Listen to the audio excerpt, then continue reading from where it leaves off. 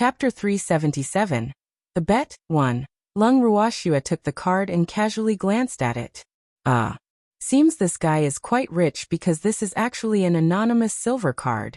In other words, if this card was lost, then no matter who found it, they could use it. Lung Ruoxua sent her divine sense in and checked the balance. There was about 110 million purple gold coins inside. She was relieved and handed the card to Lan Ming for safekeeping. That's my card. The mystic couldn't help exclaiming when he saw his silver card going into Lan Ming's hand. I know. I'm just getting him to take care of it first because I'm afraid you will go back on your word. Lung Ruoxua said, almost infuriating the mystic to death. You. Sure enough, the mystic was almost angered to death by Lung Ruoxua, and he couldn't say a complete sentence even after a long time. You asked Su Heng to take out 100 million purple gold coins. Shouldn't you also take out 100 million so that we can be at ease? Zhou Kuan said. Moreover, his feminine face was wearing a bloodthirsty smile, as if he wanted to swallow them alive. Probably. But my guarantor is Lan Ming. If I can't pay, you can ask him for it. Lung Ruoxua dragged Lan Ming into the water unceremoniously.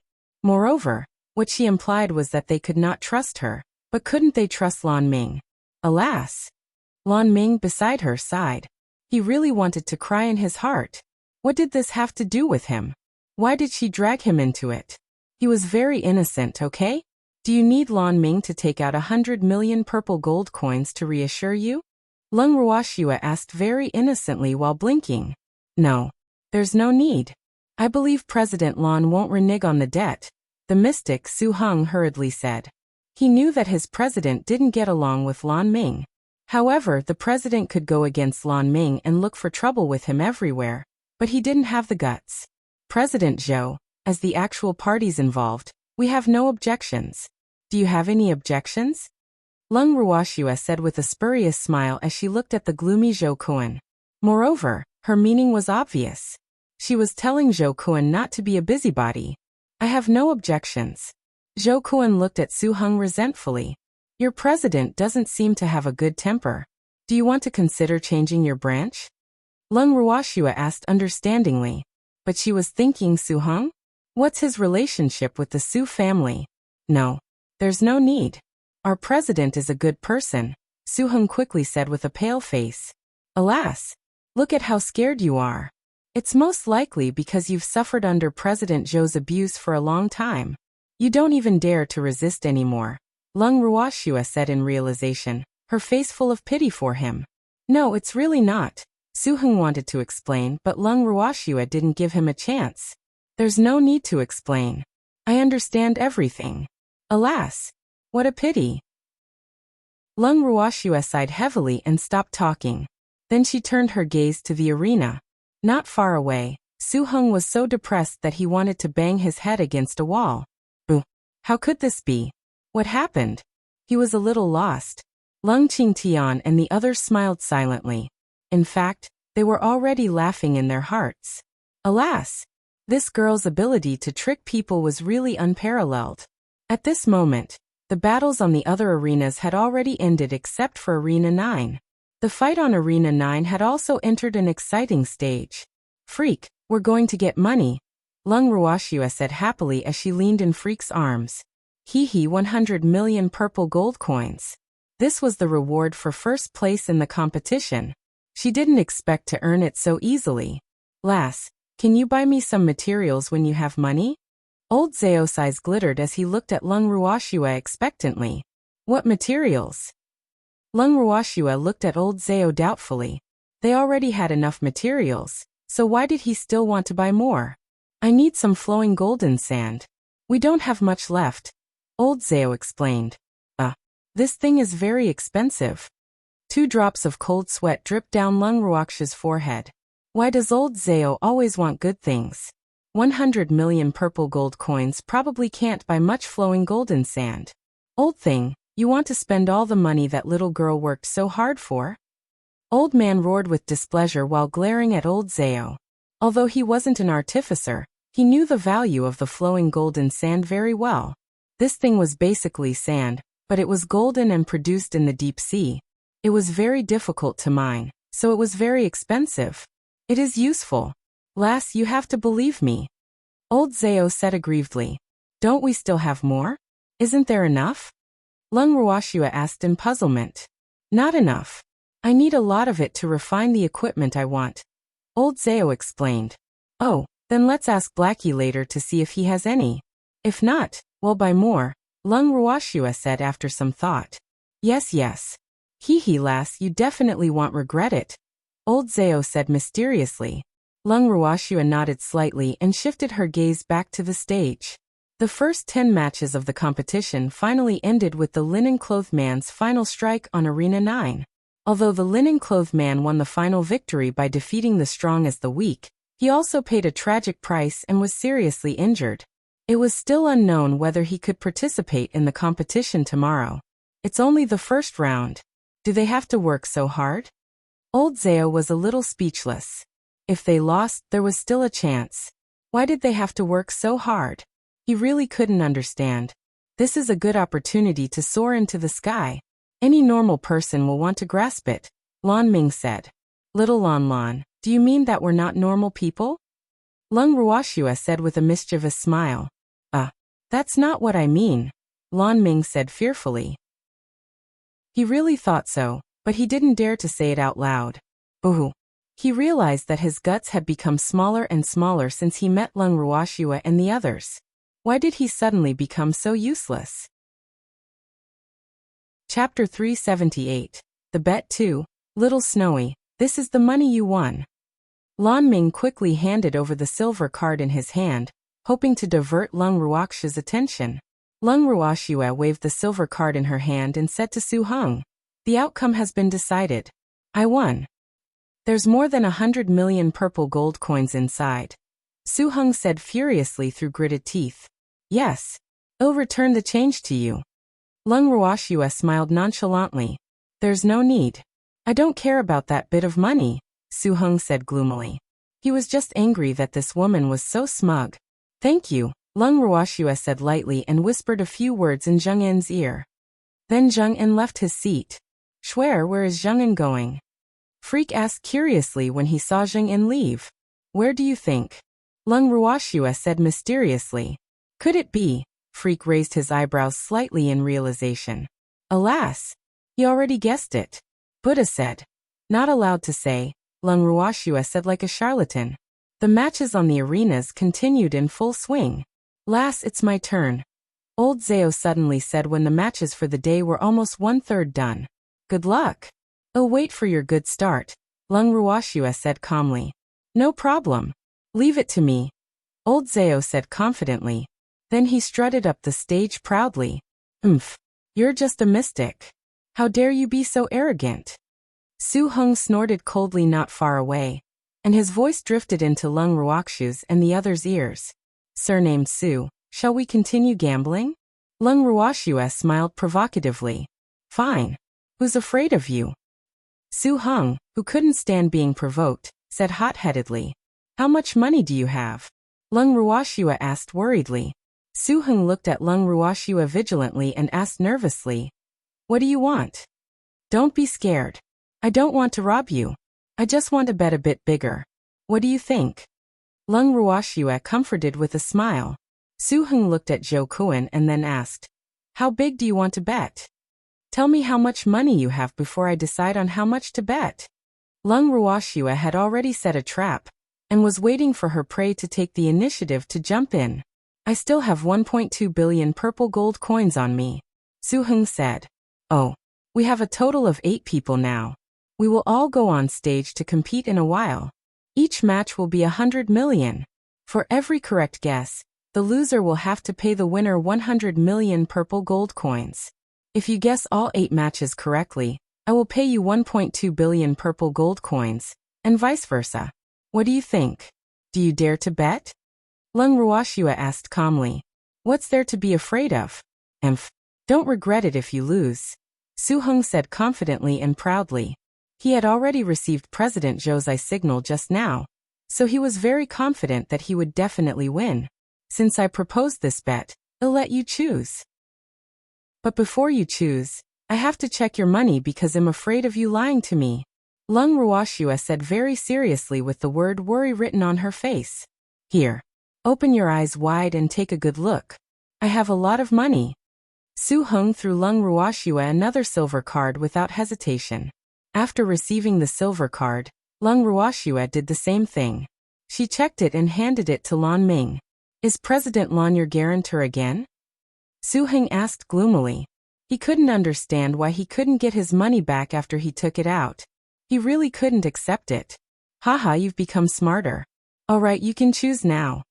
Lung Ruoxua smiled happily. Hee, earning money is really too easy.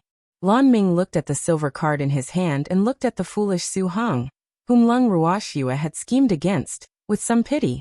How dare you bet with this little fox? It would be strange if you didn't lose everything. Lung Ruoxua was already listed as an extreme danger in his heart now. Of course, I bet on you losing, Su Heng said loudly without hesitation. Since you're betting that we will lose, then I can only bet that we will win. Grandpa, you heard our bet, right? Lung Ruoxua turned to look at Lung Qingtian and the others.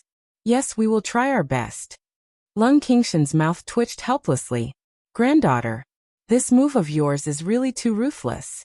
However, they were indeed short of money. All right.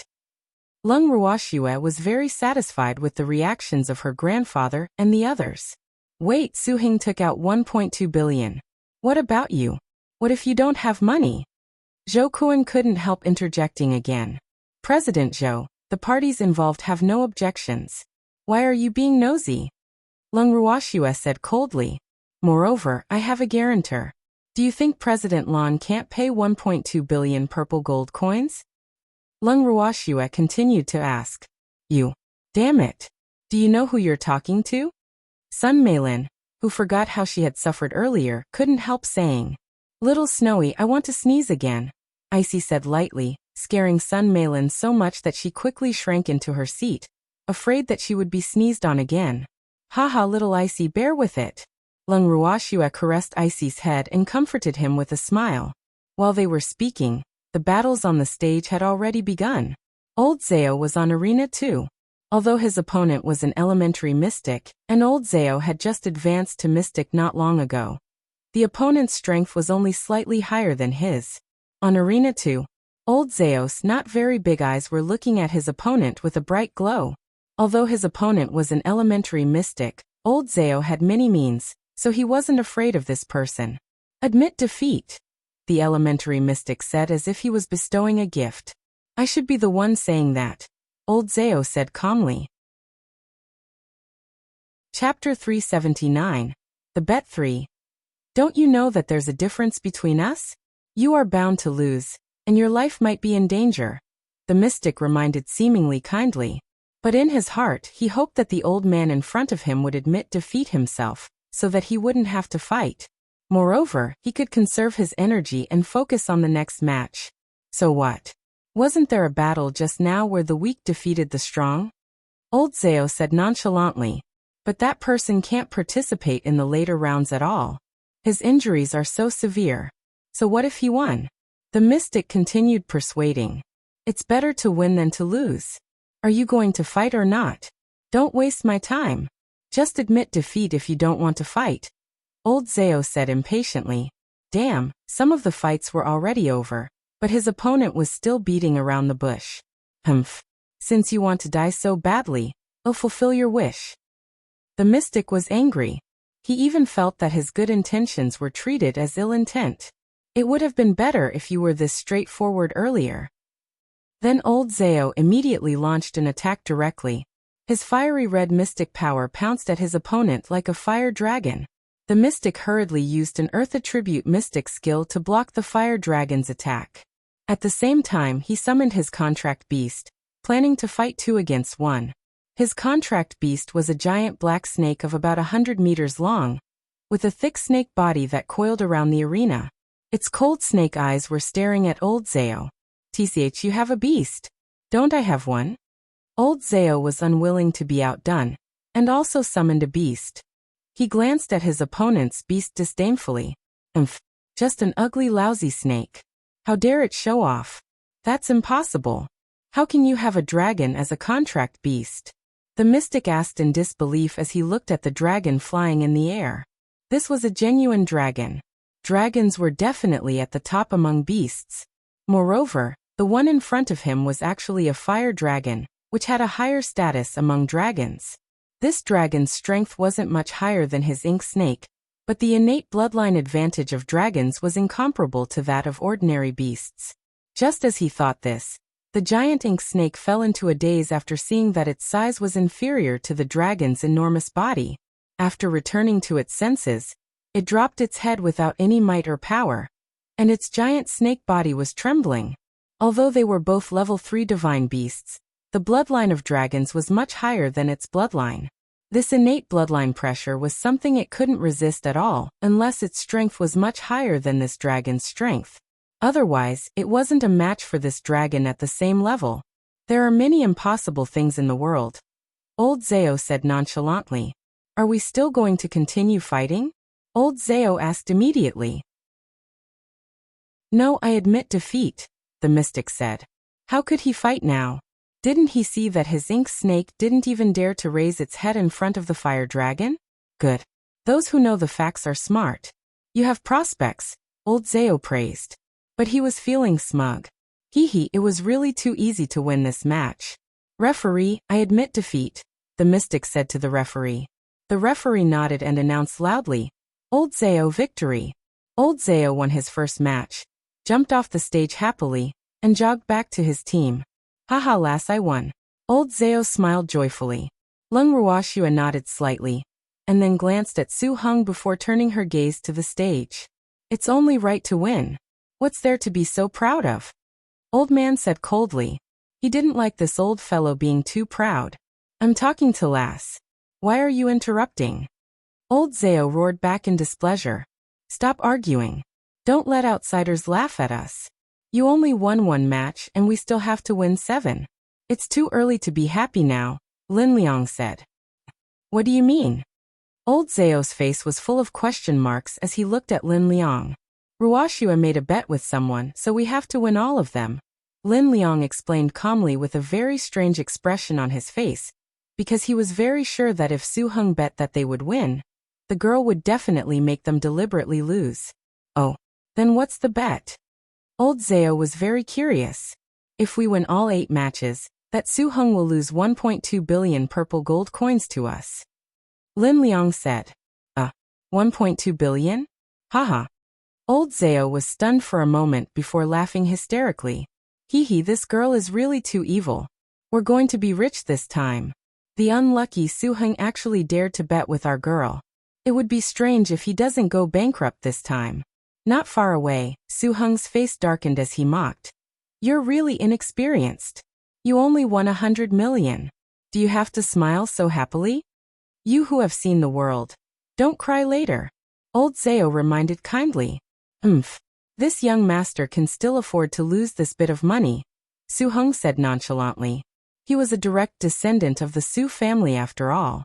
Would he be lacking this bit of money? That's good. Old Zao sat down in his seat and ignored Su Heng. The matches continued. An hour later. Okay. Little Jing Jing, it's your turn. Come on. 1.2 billion. Old Zao reminded with a beaming smile as he gestured for victory. Yes, it can't run away from us. Feng Jing's serious face was full of confidence. After nodding at Lung Ruoxia and the others, Feng Jing strode forward calmly onto the arena. Feng Jing's opponent was also an elementary mystic. But this elementary mystic was very underhanded, because this elementary mystic attacked as soon as Feng Jing walked onto the arena, which was akin to a sneak attack. In fact, for true powerhouses, launching a sneak attack on their opponents was very shameful behavior. But as the saying went, all is fair in war and love. So despite this behavior not being worth advocating, it was allowed in the competition of the Mystic Association headquarters. Moreover, in the opinion of the Mystic Association, the existence of such behavior would also better increase the vigilance of mystics.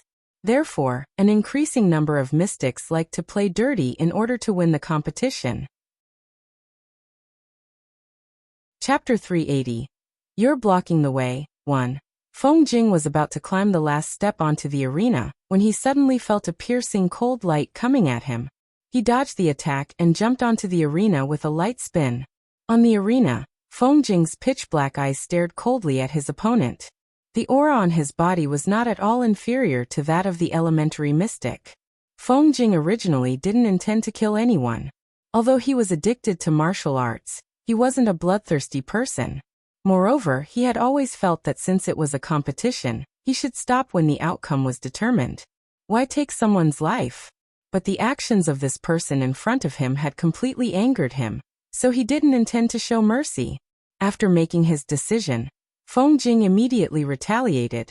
In the audience, Lung Ruoxue and the others stared intently at Feng Jing on the arena. This kid is quite smart. Old man nodded with satisfaction. Lung Ruoxue looked at Lan Ming and asked lightly, "People can die in the competition, right?" Lan Ming braced himself and answered, yes." He silently mourned for the mystic for 3 seconds in his heart. Alas! What an unlucky fellow. Of all the people you could provoke, you just had to provoke this extremely protective girl. After receiving an affirmative answer, Lung Ruoxue stopped talking and focused on the match. Feng Jing directly summoned his pet beast after a series of crazy explosions on the arena. "Wow, another dragon!" Someone in the audience shouted as they looked at the dragon that appeared on the arena again. "Damn, since when did dragons become cabbages?" Someone cursed jealously. At this moment, the audience was in a mess, and no one could calm down.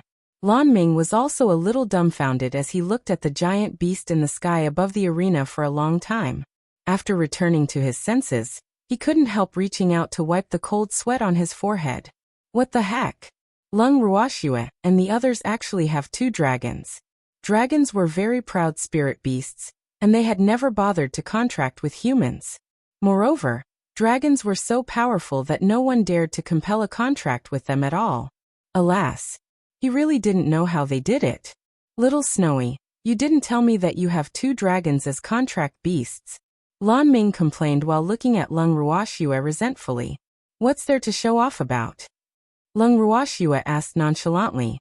"I've never heard of any powerhouse who could contract with a dragon on the boundless heaven continent," Lan Ming said very seriously. "Alas! Can this girl's reaction be more normal?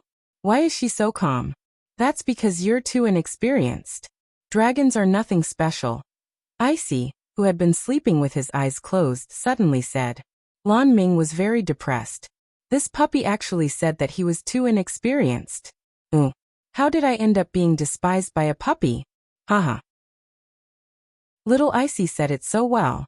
Lung Ruoxue couldn't help laughing when she saw Lan Ming deflated, and she caressed Icy's soft fur. At this moment, Feng Jing had already ended the battle.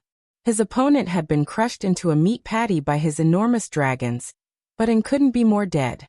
After the referee announced that Feng Jing had won, he hurriedly jumped off the arena and returned to Lung Ruoxue and the others. "I've completed the mission." Feng Jing sat down. "That's 200 million already," Lung Ruoxue reminded Su Heng. They only won because of the giant dragons. That can't be considered true ability at all," Su Heng said angrily. In fact, he was really jealous of these 2 old men's good luck. How could these 2 people possess dragons? They were only mystics. Aren't pet beasts a part of your strength? If you have the ability, can't you also contract a dragon? Don't say the grapes are sour just because you can't eat them. Lung Ruoxue mocked indifferently. "You. Don't be too smug too early. There are still 6 matches. The opponents behind you are the real tough ones. Those in front are weak," Su Heng retorted, unwilling to be outdone. He really hated these ugly monsters to death now. But he was very confident that they would definitely not win the next few matches. "Thank you for the reminder. This young lady is waiting to collect the money," Lung Ruoxue said with a smile. "Little girl, I'm going on stage," Old man said. "Okay, be careful," Lung Ruoxue reminded. They had to be vigilant now that they had the experience from Feng Jing. Old man stood up and slowly walked onto the arena. It only took Old Man around 10 minutes to defeat his opponent without even using his beast. Then after the referee announced the result, he returned to his seat impatiently. Then Lin Liang went on stage. He also won easily without using his beast. Immediately after, it was the Feng family's first elder's turn to go on stage. Although it took a little effort, the result was still satisfactory. After his dragon appeared, the audience in the venue was directly thrown into chaos. Ruoxua, we have 500 million in our pockets now, right? The Feng family's first elder asked directly after getting off the arena. Yes, there are still 3 matches. If we can win all of them, we will have 1.2 billion. Lung Ruoxua said with a light smile. Hehe, earning this money is really too easy. The opponents of the remaining 3 matches are very strong. You definitely won't be able to win, Su Heng said angrily. Damn it. Why are these people so lucky? They actually won every match. He was so angry. What if we win? Do you want to raise the stakes? Or does anyone dare to bet with me? Lung Ruoxua looked at Zhou Kuan and the others not far away provocatively. Raise the stakes? Su Heng looked at Lung Ruoxua as if she was a monster. He had gambled a few matches with her, but in the end, all the wealth he had accumulated over the years had entered her pocket. He didn't have any money left to gamble anymore. Moreover, he didn't dare to gamble with her anymore. His greatest wish now was that they could lose even one of the 3 remaining matches. At least, that would leave him with a few 100 million. Chapter 381. You're blocking the way too, what? Does no one dare to bet with me? You lot are really timid. Lung Ruoxua continued provoking them after seeing them not react for a long time. I'll bet with you. How much? Sun Meilin shouted loudly, unable to take it anymore. She didn't want to be looked down upon by an ugly monster. Moreover, she didn't believe that these ugly monsters would win all of the next 3 matches. Of course it's still 1.2 billion. Do you have it? Lung Ruoxua looked at Sun Meilin doubtfully. I'll bet double that, no, make it 3 billion. Do you dare to bet? Sun Meilin roared furiously. Lung Ruoxia's skeptical gaze really made her uncomfortable all over. Since you're not afraid of losing, why wouldn't I dare to bet? Lung Ruoxua said calmly. She was gaining something without risking anything of her own. There was no reason for her not to want someone willing to give her money. Ugly monster, you're bound to lose, Sun Meilin said confidently as if she could already foresee the scene of her stepping on Lung Ruoxua and humiliating her in every possible way. Let's not talk about winning or losing first. Same rules. Bring the money here. I want to check it first, Lung Ruoxua said with a smile. You ugly monster. Don't tell me you think you'll renege on paying. Sun Meilin roared in disbelief. Damn it. No one had ever dared to treat her like this on the entire Boundless Heaven continent, except for this ugly monster. She really hated Lung Ruoxua to the core now. 3 billion is not a small sum. I won't bet with you if you can't take it out, Lung Ruoxua said coldly. Lass, don't make things difficult for her. Although she's the little princess of the Sun family, it seems like she really won't be able to take out 3 billion. Old Zhao said very understandingly, but he was already laughing in his heart. Haha, this money is really too good. The remaining 3 were the strongest among the group, so this money was simply like picking it up from the ground. Yes, Ruoxua, forget it. Let's not make things difficult for Miss Sun, Lin Liang said righteously as if he was really thinking for Sun Meilin. Schwer, let's not bet anymore. The last 3 matches will be tough battles. We really don't have much confidence in winning. Lung Qingtian also advised, his resolute and handsome face carrying a hint of worry. After hearing what the 3 of them said, Sun Meilin angrily took out her silver card and handed it to Lung Ruoxua. Who said I can't take it out? Here. Lung Ruoxua took the silver card, checked the balance and handed the card to Lan Ming. She couldn't help sighing in her head. Alas! These aristocratic families are really too rich. Giving billions of pocket money to their descendants casually is really too extravagant. Lan Ming took the silver card again. His heart was already a little numb because of the growing feeling in his heart that Lung Ruoxua and the others were really too abnormal. Boo! Why do I feel like a failure compared to them? President Zhou, aren't you going to bet? Lung Ruoxua turned her gaze to Zhou Kuan, whose face was black, and asked lightly. Moreover, she was a little surprised that Zhou Kuan didn't stop Sun Meilin this time. Wasn't she his cousin? Am not interested. Zhou Kun's face darkened with displeasure. That's too bad. Lung Ruoxia's face was full of regret. Swear I'm going on stage. Freak suddenly said. Yes, Freak, you have to work hard. 3 billion is waving at us. Lung Ruoxia said with a light smile. Don't worry. I won't disappoint you, Freak promised. He would find a way to pluck the moon for Swear even if she wanted it, let alone a mere victory. After speaking, Freak strode onto the arena. Do you know who his opponent is? Sun Malin asked gloatingly. I don't care who he is. Anyway, my man will never lose, Lung Ruoxia said confidently. She knew Freak's strength very well. This guy didn't only know how to wheedle her. Anyone who dared to underestimate him would be in trouble. You're very confident. Unfortunately, his opponent is a lunatic who won't stop until he kills his opponent, Sun Malin said without even caring if Lung Ruoxia wanted to know. As for your opponent, haha. He's a famous genius on the boundless heaven continent. So you two are in the same boat on this point. The opponents are so strong. I want to see how you two can win. Sun Malin was so smug in her heart. It was as if she had already seen the dawn of victory. Just as Sun Malin said, Freak had indeed fallen into a fierce battle. On the arena, Freak looked at his opponent coldly. His opponent was a middle-aged man in his 40s, and he was an elementary mystic. But this person was obviously stronger than Lin Liang's and the others' opponents. He should be the strongest among the opponents they had encountered so far.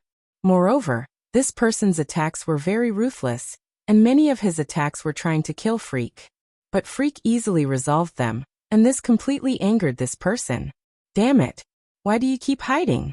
The middle-aged man roared furiously. This man in front of him was as slippery as a fish. He had used many methods, but he actually couldn't do anything to this man. This made him a little flustered and exasperated. Why wouldn't I dodge? Do you think I'll let you beat me up? Freak said with a smile that wasn't a smile, and his black eyes emitted a terrifying glow. He acted relatively relaxed compared to his opponent, and he seemed to be playing with his opponent like a monkey. You're not allowed to dodge. Let's have an upright fight, the middle-aged man said, half ordering him. Upright fight? Then what were you doing before? Freak sneered and mocked. This man's methods were very vicious. He actually wanted to fight fair and square with him. How laughable. That's called preemptive strike, understand? The middle-aged man said nonchalantly. His fiery eyes stared at Freak like a venomous snake, wanting to kill him. Since you've said so, I'll fulfill your wish. Freak smiled evilly and finally decided to attack. He who asked him to receive his dearest wife's urging gaze. A stream of pitch-black mystic power coiled around the middle-aged man's body like a shadow, binding him tightly. The middle-aged man didn't even have the time to react. Chapter 382. You're blocking the way, 3. Damn it. What move is this? Let go of me quickly. The middle-aged man roared in anger. He tried his best to break free from the black mystic power binding him, but he couldn't break free at all. You've been jumping around for long enough. It's time to calm down, Freak said lightly. Then he used his favorite fist attack again. He clenched his fist tightly and hit the middle-aged man. Soon the middle-aged man was beaten into a bloody person. Everyone in the audience was dumbfounded when they saw Freak's violent means. They were all mystics, so they knew very well that no mystics would give up on using mystic skills and use physical attacks in melee. This was absolutely not the thinking of a normal mystic. At this moment, Freak had been gloriously included in their abnormal range. Time passed slowly. Freak was also a little tired from fighting, so he sat down on the arena and said, I'm tired.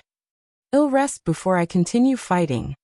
Not far away, the referee couldn't help rolling his eyes. He had been in the Mystic Association headquarters for many years, but he had never seen anyone resting during a match. Moreover, he had to continue beating his opponent up after resting. Alas. What's going on? Referee, he fainted. What should I do? Freak looked at the referee with an innocent look in his eyes. You won, the referee announced loudly as he looked at the bloodied and defenseless figure lying on the arena. He wiped the cold sweat off his forehead. Damn. This man is really too violent. Freak had already left a deep impression of being a violent man in his heart. There were two ways to determine the winner of a match. One was for the opponent to admit defeat voluntarily, and the other was for the opponent to not have any ability to fight back. Of course, there was a time limit for this, and it had to be more than 10 minutes. Simply put, the opponent had to be down for more than 10 minutes. Otherwise, as long as he could still stand, the end of the match couldn't be determined. The unlucky man was obviously defeated through the second method. Swear I won. Freak hugged Lung Ruoxua happily after returning to his seat. Yes, you did well, Lung Ruoxua praised generously. She glanced at Sun Meilin and smiled slightly. What's there to be so smug about? There are still 2 matches. Sun Meilin roared furiously. Lung Ruoxua looked at Lung Qingtian and the others beside her and asked lightly, Am I being smug? No, everyone said in unison, infuriating Sun Meilin. You, I'll let you be smug for a while. The one who laughs last is the winner, Sun Meilin said stubbornly. Then she turned her head to the side and ignored Lung Ruoxua and the others. Lung Ruoxua and the others naturally ignored her. Why didn't you use mystic skills? Lan Ming asked curiously. Yi Chen's method shocked him. It was really too violent. I used them. Didn't you see? Freak blinked, his expression very innocent. I mean later on. Why did you use your fists? Lan Ming rolled his eyes at Freak. He had a deep understanding of Lung Ruoxua and the other's ability to pretend to be stupid. I want to preserve my strength. Aren't there still many rounds later? I don't want to expose myself too early, Freak said matter-of-factly. Oh, Lan Ming nodded slightly. Freak's words were quite reasonable. The competition continued. Some were happy, while others were sad. But it couldn't stop the competition from advancing. When the first round of the competition was about to end, it was finally Lung Qingshan's turn to go on stage. Lung Qingtian nodded at everyone and walked onto the arena with his head held high. His opponent was a young and beautiful woman. Moreover, her strength was on par with his, and she was also an elementary mystic. But this woman kept looking at him seductively as soon as he came up, making him very disgusted. On the arena, the young woman smiled seductively and said softly, Please show mercy. You talk too much. Let's begin. Stop wasting time, Lung Qingtian said coldly. You really don't know how to be protective of the fairer sex, the young woman said resentfully. She had always been very confident in her appearance, but she didn't expect to kick an iron plate today, making her feel very embarrassed. You talk too much nonsense, Lung Qingtian said impatiently and took the lead to attack. In the audience, Old Man was laughing so hard in his seat that he was about to cry. Bratlung actually encountered a honey trap. What a pity. That woman's efforts were in vain, Old Man said with a smile. How was Lung Qingtian someone who knew how to be protective of the fairer sex? Using a honey trap on him was equivalent to playing the lute to a cow. Moreover, that fellow hated such scheming but self-righteous women the most. Little Lan Lan, is this woman very strong? Lung Ruoxua asked curiously while looking at Lan Ming. Lan Ming sighed softly and explained. Her name is Yan Shuer, and she is the 5th-ranked beauty on the boundless heaven continent.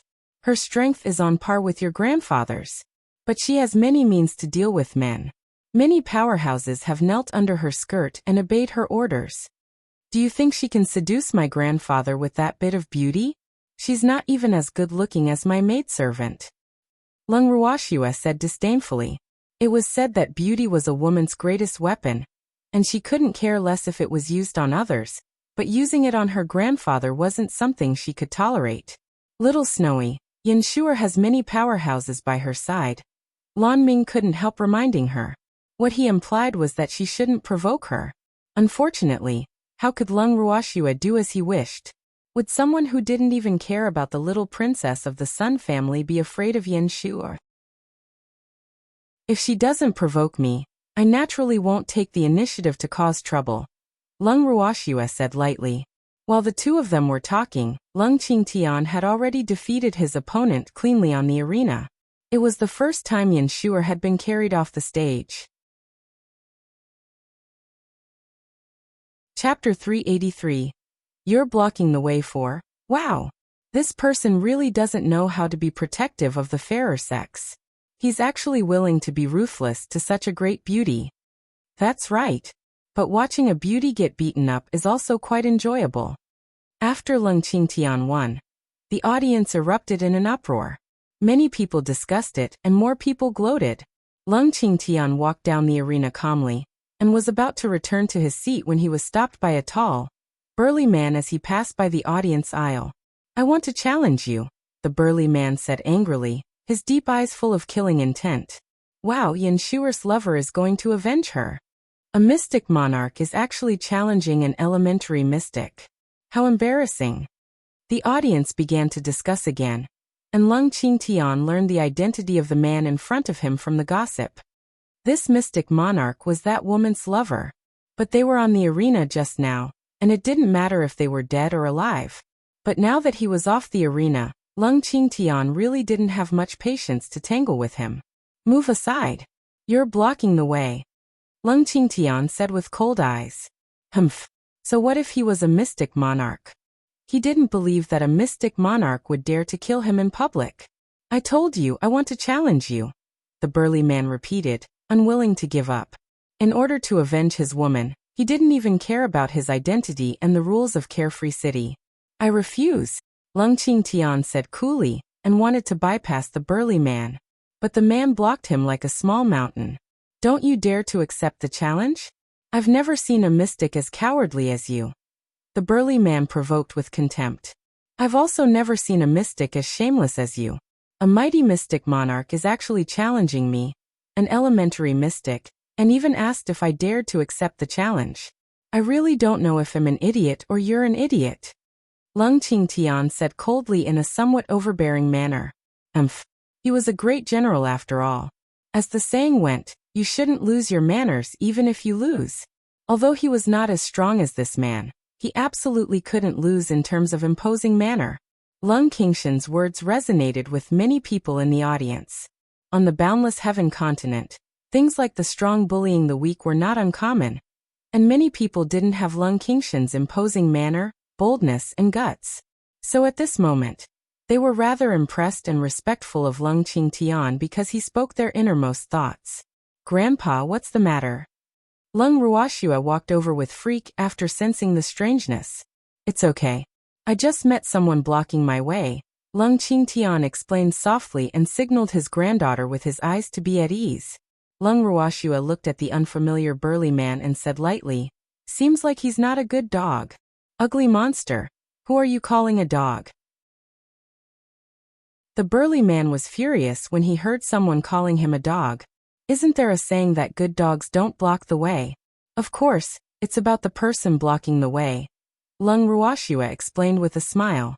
You're courting death. The burly man was angry and casually released a mystic skill. But the mystic skill failed to come out as he wanted. What? Could it be that you have too little mystic power and can't even release your mystic skill? Alas!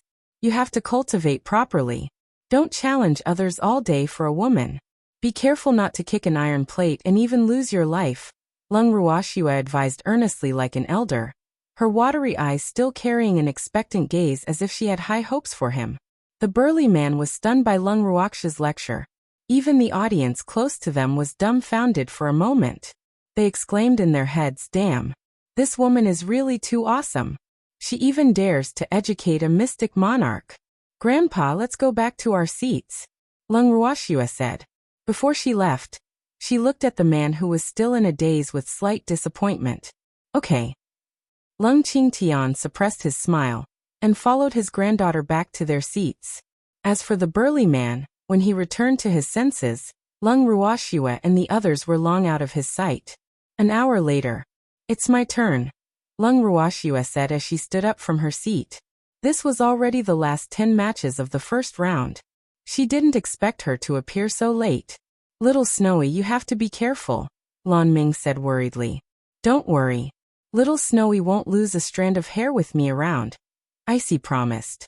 I advise you to admit defeat directly on the arena. You're not Sunan's match at all.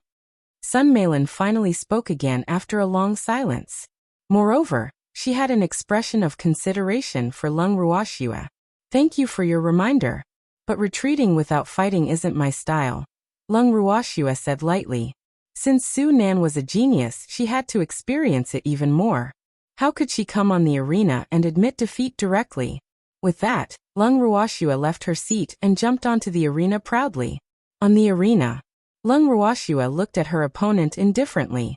Su Nan was about 20 years old. He had a handsome appearance, a tall stature, a pair of dignified tiger eyes, and the aura of an aristocrat. It was said that he was the best among the younger generation of the Su family, and one of the top 10 geniuses on the boundless heaven continent. His strength was at elementary mystic. As for the Su family, even though it was slightly inferior to the three great families, they could also be considered a top family on the boundless heaven continent. Su Nan was also the Su family's internally designated next successor. Su Nan was also looking at his opponent thoughtfully on the arena. The woman in front of him was the ugliest woman he had seen in his life. But his intuition told him that this woman was very dangerous, so he didn't dare to underestimate her at all.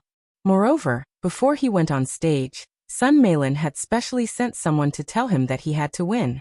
Although he didn't know why she said that, winning every match was his life's greatest goal. Therefore, Sun Meilin's actions were really unnecessary in his opinion.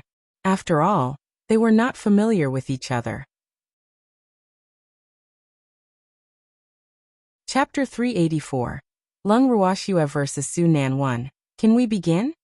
Su Nan asked. Yes, Lung Ruoxua replied lightly. Are you releasing your pet beast too? Su Nan continued asking, implying that he would release his beast if she did. No. I see, watch the battle by the side first. Lung Ruoxua said softly as she looked at the lazy Icy. All right then. Icy reluctantly jumped down from Lung Ruoxua's shoulder and found a random corner to lie down on the arena. You can start first, Su Nan said graciously. Then I won't be polite. Take this. Then the aura on Lung Ruoxua's body suddenly changed. She instantly used a mystic skill in her hand, and several streams of red and purple mystic power pounced at Su Nan like fire dragons. When Su Nan saw the raging fire dragons, he hurriedly used a water attribute mystic skill, the water curtain skill known for its defense. But his water curtain was unable to block the fire dragon's attack. Before long, his water curtain was evaporated by Lung Ruoxua's fire dragons. Su Nan looked at everything in front of him in disbelief, and was dumbfounded. But he quickly returned to normal and hurriedly added the earth attribute mystic skill, Iron Wall, in a vain attempt to block Lung Ruoxua's fire dragons. Moreover, what made him depressed was that the temperature of Lung Ruoxua's fire attribute mystic skill was so high. He really couldn't understand it. Lung Ruoxua looked at the tall wall that suddenly appeared on the arena calmly, and smiled slightly. Several tiny streams of green mystic power floated out along her fingertips, and directly flew toward the wall. Green mystic power, I really didn't expect you to have the wood attribute, Su Nan said gloomily. Wood attribute mystic skills happen to be able to restrain his earth attribute mystic skill. But his water attribute mystic technique just now was unable to restrain Lung Ruoxua's fire attribute 1. This fact made him very conflicted. You're lucky. This is the first time I'm using this 1,000 threads. Lung Ruoxua replied with a light smile. I'm not fighting anymore. I admit defeat, Su Nan said in a self-aware manner. After several clashes, he knew that it would be very difficult for him to defeat Lung Ruoxua. After all, they were of equal strength. Moreover, every mystic skill she used subdued him, but he couldn't do anything to her. So there was no point in continuing the fight. It was better to admit defeat early, preserve his mystic power, and prepare for the additional round. Lung Ruoxua victory. The referee immediately announced loudly after Su Nan admitted defeat. He didn't expect the match that he originally thought would be a fierce battle was the fastest to decide the winner. Thank you for letting me win, Lung Ruoxua said politely. She picked up Icy, and was about to walk down the arena when she heard an extremely angry voice coming from the audience. Damn it! Su Nan, how dare you go easy on her? Sun Meilin roared furiously while wanting to skin Lung Ruoxua alive. 3 billion. That was 3 billion. It was enough to buy a small city, But it was gone so easily. How could she be willing? Miss Sun, even if you are the little princess of the Sun family, you can't insult the dignity of a mystic, Su Nan said with a dark face full of displeasure. Why else would you lose to a woman? Sun Meilin asked angrily. She was sure that Lung Ruoxue must have used improper means. Otherwise, Su Nan wouldn't have lost. Haven't you heard that there is always someone better? Am not her match. Admitting defeat is the smartest choice, Su Nan explained while suppressing his anger. He wouldn't have had to suffer so much to explain to her if he didn't have to worry about Sun Meilin's identity. After all, he had to think about his family. Ignore her. She's just a sore loser, Lung Ruoxue said softly as she glanced indifferently at the furious Sun Meilin. A sore loser? Su Nan's face was full of question marks. The loser seemed to be him, right? What did it have to do with Sun Meilin? Your admission of defeat allowed me to win 3 billion from her, Lung Ruoxue said happily. Su Nan was speechless. No wonder Sun Meilin was so angry. After all, whoever lost 3 billion would definitely not be in a good mood. But he couldn't be blamed for this. He was indeed not Lung Ruoxue's match, and he couldn't fight to the death just because of a competition. After speaking, Lung Ruoxue walked down the arena with light steps in an incomparably happy mood. After returning to where Lung Qingtian and the others were, Lung Ruoxue deliberately glanced at Sun Meilin and said lightly, Miss Sun, admit your loss. I hope you are a person who can afford to lose. You have to learn from Su Heng on this point. Look at how calm he is. In fact, poor Su Heng wasn't calm at all.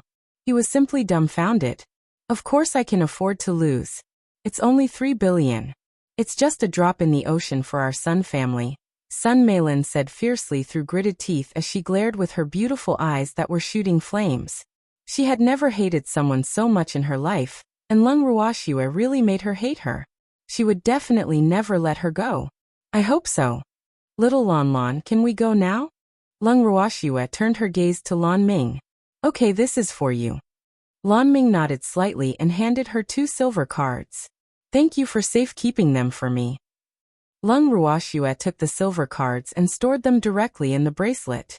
Then the group left the competition venue in a grandiose manner. Cousin, why didn't you help me just now? Sun Meilin roared furiously after watching Lung Ruoxue and the others leave. There are so many people here. What can I do? Do you want people to say that we're bullying others? Zhou Kuan coaxed helplessly. In fact, he hated this cousin of his to the core, but he had to deal with her for the sake of the family. Cousin is right. This place is indeed inconvenient. After calming down, Sun Meilin also thought it through. Since it was inconvenient to attack in Carefree City, she could only teach that ugly monster a lesson on the stage.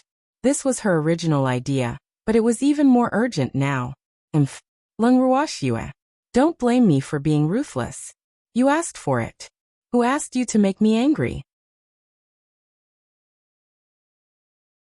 Chapter 385. Lung Ruoxue vs. Su Nan 2. After leaving the venue, Lung Ruoxue and the others returned to their residence. Little Snowy, you have to be careful. Sun Meilin probably won't let you go. Lan Ming nagged like an old mother as everyone gathered in the living room. She originally didn't intend to let me go anyway, right? Lung Ruoxue said with a disapproving smile. There was no need to worry about debts. The Sun family seemed to have the most affinity with her since she came to the Boundless Heaven continent. Windless City involved the Sun family, and now that she came to Carefree City, she was actually entangled with the Sun family. Alas! In fact, she was also quite depressed. Her current strength was too low after all. Yes, Icy said before Lan Ming could answer, shaking his head nonstop. Lung Ruoxue caressed Icy's little head and asked curiously, Little Lan Lan, can we know our opponents in tomorrow's matches now? No, we will draw lots again before the competition tomorrow. Lan Ming said with a serious expression. Alas! He didn't know what would happen tomorrow. But he didn't dare to say anything in order not to affect their mood. He only hoped that they would be careful tomorrow. Then is it possible to tamper with the lot drawing? Lung Ruoxue asked thoughtfully after some thought. If Sun Meilin wanted to find trouble with her, the greatest possibility would be to tamper with the lot drawing. In principle, it's impossible, but Lan Ming's expression was a little unnatural. In fact, this was what he was worried about the most. After all, the current headquarters was under Wu Gong's control. It was difficult to guarantee that he wouldn't do something unfair to curry favor with the Sun family. Little Snowy, don't be scared. I will protect you, Icy said ingratiatingly. I'll protect my woman. Go play somewhere else, Freak said with some displeasure, his body faintly emitting a sour smell. You're too weak. Icy obviously looked down on Freak. Is that so? Then do you want to try my fist? Freak narrowed his eyes provocatively, his pitch-black and bright eyes exuding a dangerous aura. I don't want to. You're a violent man, Icy said fearfully. For some reason, this man gave him a dangerous feeling, and his intuition told him to stay away from danger. Stop bickering. Let's get some food and rest early after eating, Lung Ruoxua said helplessly. Eating is good. I like eating. Icy immediately cheered and jumped up. Ooh. He ate casually at noon, and he was so hungry now.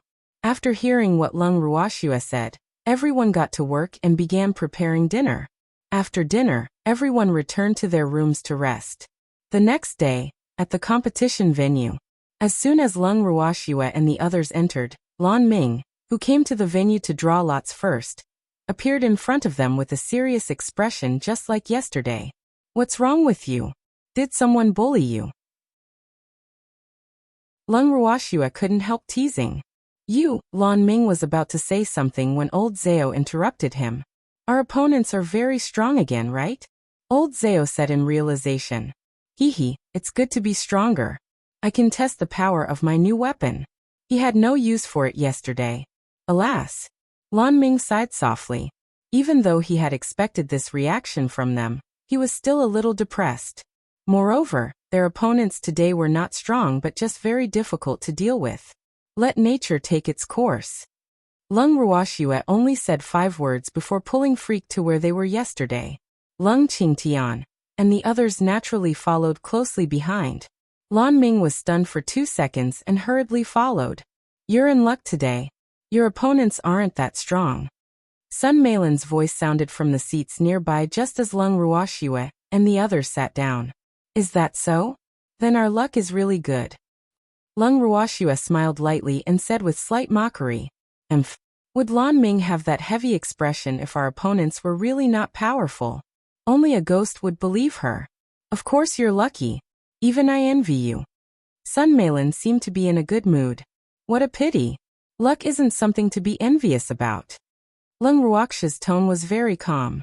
She turned her head to the other side and couldn't be bothered to talk with her anymore. Soon, the host of the competition went on stage. After some encouraging words, he announced the start of the day's competition. Today was the second day of the mystic competition. After yesterday, nearly 1,000 mystics entered the next round. After the competition officially began, the atmosphere in the venue rose rapidly, and it was actually even more enthusiastic than yesterday. There seemed to be more spectators today than yesterday? Lung Ruoxua asked curiously while looking at the dense crowd in the audience. The competition venue was very spacious and had many seats, enough to accommodate tens of thousands of people. But because it was the first day of the competition yesterday, only about half of the audience seats were occupied. Almost 2/3 were occupied today. And every spectator that could enter the venue had to be a mystic. Isn't this all because of you? Lan Ming teased. What does it have to do with us? Lung Ruoxua was puzzled, her face full of question marks. A considerable number of mystics came today for your dragons. On the boundless heaven continent, almost no one can contract with dragons. So, do you think it has anything to do with you? Lan Ming raised his straight eyebrows. Seems like it's really because of us, Lung Ruoxua said helplessly. No wonder she felt that those people were looking at them strangely. So it was for their dragons. Yes. By the way, our matches today are closer to the front. Lan Ming looked at everyone. That's great. We can go back early today, Old Zhao said happily. The competition of the Mystic Association headquarters was really too boring.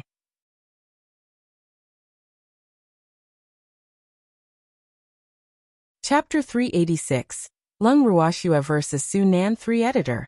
Atlas Studios. Everyone nodded tacitly and stopped talking. They each thought about their strategy for today. Soon, Lung Ruoxue and the others went on stage one by one. After going on stage, Lung Ruoxue, Freak, Lung Qingtian, Lin Liang, and Old Man defeated their opponents very cleanly. Only Old Zhao and the other two encountered some trouble. But they finally defeated their opponents and obtained hard-won victories with the help of their beasts. 5 days later, Lung Ruoxue and the others all entered the top 100 of the competition. After the top 100 were decided, the competition would be on break for 3 days to give all the mystics time to adjust their states. At the residence of Lung Ruoxue and the others, everyone was busy in the yard, preparing a sumptuous dinner, which was rare for the past few days. After everything was ready, everyone ate heartily. Haha, little Snowy, I haven't congratulated you all for entering the top 100 yet. Lan Ming said happily. Hee, the competition these few days was really too enjoyable. Lung Ruoxue and the others were in the limelight. But he knew that this wasn't what they wanted, so they would immediately return to their residence after their matches for the day. Moreover, they refused to meet anyone under the pretext that they wanted to conserve their strength. It's only the top 100. What's there to congratulate? Lung Ruoxue glanced at Lan Ming nonchalantly. She was going to get first place, and she was only in the top 100 now. Ooh. It looked like there were still several rounds. Moreover, it was said that the further the competition reached its end, the more complicated the steps of elimination were, and the slower the speed. Unless you could win every match, there would be no end to your competition. Unsatisfied girl, the top 100 is already very impressive. Lan Ming smiled helplessly. My goal is first place, Lung Ruoxue reminded. But she didn't want to become Wu Gong's disciple. Moreover, that spot probably wasn't prepared for her. Little Snowy, you have now become the dark horses of the competition, and many forces are eyeing you now. Moreover, the method Sun Meilin will use will likely become more and more intense. Lan Ming sighed worriedly. During the competition these past few days, Sun Meilin had given them a lot of trouble. However, Lung Ruoxue and the others had easily resolved them. He was worried for Lung Ruoxue and the others every time he saw the vicious gaze in Sun Meilin's eyes after her schemes failed. But these people didn't take it seriously at all. Alas, he was really a little helpless. Little Lan Lan, we'll deal with whatever comes our way. Worrying won't be able to solve any problems, so calm down. Lung Ruoxue said nonchalantly. To be honest, if Carefree City didn't prohibit private fights and Sun Meilin had too many people protecting her, she would have probably quietly gotten rid of her long ago. How could she let that crazy woman plot against her time and again? That's right. President Lan, that woman is a lunatic. Don't worry too much. Old Zhao said casually. Hee, others might not know what the girl was capable of, but did he not know? Sun Meilin wouldn't be able to do anything with the girl around. While everyone was eating and chatting, someone knocked on the door. Zheng, go see who's here. Lung Ruoxue ordered Zheng, who was closest to the door. Yes, Mississippi. Zheng stood up and walked toward the door. He returned a few minutes later. Miss, it's Chen Wei. Zheng said. Chen Wei? What is he doing here? Let him in. Lung Ruoxue said after some thought. Chen Wei was the linen-clothed man whom she had bet 10 million purple gold coins on the first day of the competition. After defeating his opponent, Chen Wei had been seriously injured, and was originally unable to participate in the following competition. But she got Zheng to send Chen Wei medicinal pills to treat his injuries. After some hard work, Chen Wei also got into the top 100. Okay, miss, Zheng answered and went to the door to welcome Chen Wei in. Chen Wei thanks Miss Lung for your kindness. The first thing Chen Wei did after entering was to kneel on the ground and bow very gratefully. To him, Lung Ruoxue was his second parent. If not for her, he would have probably become a cripple. But Lung Ruoxue, who liked to keep a low profile, didn't see him even though he had come many times. So he didn't have any hopes of seeing her this time, but he didn't expect her to be finally willing to see him. Get up. Although I saved you, I really don't need your gratitude, Lung Ruoxue said lightly. She had always been casual in saving people. She would save those she found pleasing to the eye, and it was useless to beg her if she didn't like them. After all, she was not a savior. Miss Lung, you are my great benefactor. If not for your pills, I would have been a cripple long ago, so. Chen Wei was about to continue when he was interrupted by Lung Ruoxue. Your will is very firm, and you are very courageous, but you are a little too persistent. It will be disadvantageous to your growth if this goes on. Lung Ruoxue very clearly pointed out the weakness in Chen Wei. In fact, the reason she was willing to save him was mostly because of the rare aura of a powerhouse on Chen Wei's body. But she wasn't optimistic. Chen Wei didn't cherish his life in order to win. After all, in her opinion, nothing was more important than life. The outcome of the competition was only temporary. What was the use of winning the competition if he lost his life? Chen Wei has learned a lesson. Chen Wei knew that what Lung Ruoxue said made sense. But his desire to win at the time had been too strong, so he went astray. In fact, he was usually a very rational person. Chen Wei, why are you looking for me today? Lung Ruoxue asked lightly while her watery eyes stared at Chen Wei in front of her. I heard a piece of news, Chen Wei said and told Lung Ruoxue and the others the news he had heard. Thank you for telling me this news, Lung Ruoxue said gratefully. Miss Lung, you are too polite. You are my great benefactor. I wouldn't be human if I didn't tell you after hearing this news. Chen Wei smiled foolishly, his face a little embarrassed. After speaking, he left. Schwer, Sun Meilin seems to hate us to the core. She actually, Lung Qingtian said with a worried expression. Chapter 387. Lung Ruoxue vs. Su Nan 4, Editor. Atlas Studios. Grandpa, don't worry. We're safe for now, Lung Ruoxue comforted. Little Tian Tian, don't be afraid. I'll protect all of you, Icy said without looking up while eating the food in front of him. Why don't you settle down in Carefree City? No one will dare to do anything to you here, Lan Ming suggested. Even though many mystics wanted to settle down in Carefree City, the property prices here were quite high, so ordinary mystics could hardly afford to live here. But Lung Ruoxue had won so much money and could definitely afford the houses here. No, I don't want to live here. Lung Ruoxue declined Lan Ming's good intentions. She had discussed with her grandfather and the others some time ago that they planned to buy a relatively remote small city in the future as their residence. After all, they had a lot of people and many secrets that weren't good to reveal.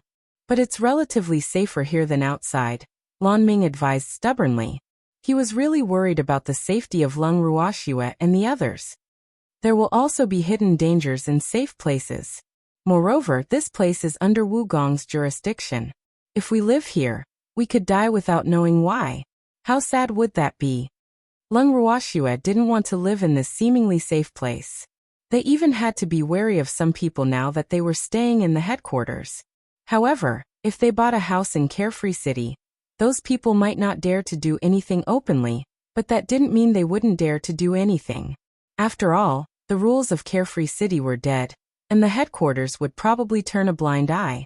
They were merely weak mystics, so no one would uphold justice for them. After hearing what Lung Ruoxue said, Lan Ming was speechless. Alas, this girl might be young, but she's much more experienced in thinking things through than I am. He suddenly felt that he was really too useless and couldn't help much. Alas, let's compete in peace first. We can discuss these things slowly, Lung Qingtian mediated. Some things really couldn't be rushed. Little Lan Lan, why is only Su Nan from the 10 great geniuses of the Boundless Heaven continent participating in the competition? Lung Ruoxue asked curiously, changing the topic. Although some of the mystics participating in the competition were very strong, they were not among the 10 great geniuses. So she really wanted to know what kind of strength the famous 10 great geniuses had now. Every mystic is allowed to participate in 3 competitions held by the Mystic Association headquarters at most. Most of the top 10 geniuses have already competed 3 times, and some have already advanced to Mystic Monarch. Thus, only Su Nan participated. But the other 9 geniuses should be coming to watch the competition in a few days. Lan Ming explained. How are the other 9 geniuses compared to Su Nan? Lung Ruoxue continued asking. Su Nen only ranks 8th among the 10 great geniuses. He's not very strong compared to the others. The most powerful among the 10 great geniuses should be Lung Wudi. He ranks first among the 10 great geniuses, and is also the leader of the younger generation of the Lung family of the 3 great families. Lan Ming said lightly while staring at Lung Ruoxue strangely. His name is Lung Wudi, and yours is Lung Ruoxue. Don't tell me you're also from the Lung family? Lan Ming's handsome face was full of doubts. Does having the surname Lung mean you have to be from the Lung family? Lung Ruoxue asked instead of answering. Of course not. I'm just a little curious, Lan Ming said shyly. Hee, everyone had the gift of gossip. Lung Ruoxue rolled her eyes at Lan Ming. Then seeing that everyone was almost done eating, she said, Everyone, rest early after dinner. Everyone nodded, cleaned up, and returned to their rooms. 3 days passed quickly. On the morning of the 4th day, Lung Ruoxue and the others arrived on time to prepare for their matches today. As usual, Lung Ruoxue and the others went directly to their seats after entering the venue. Seeing them, the people from Sunzhou City sitting next to them revealed jealous and slightly hateful gazes.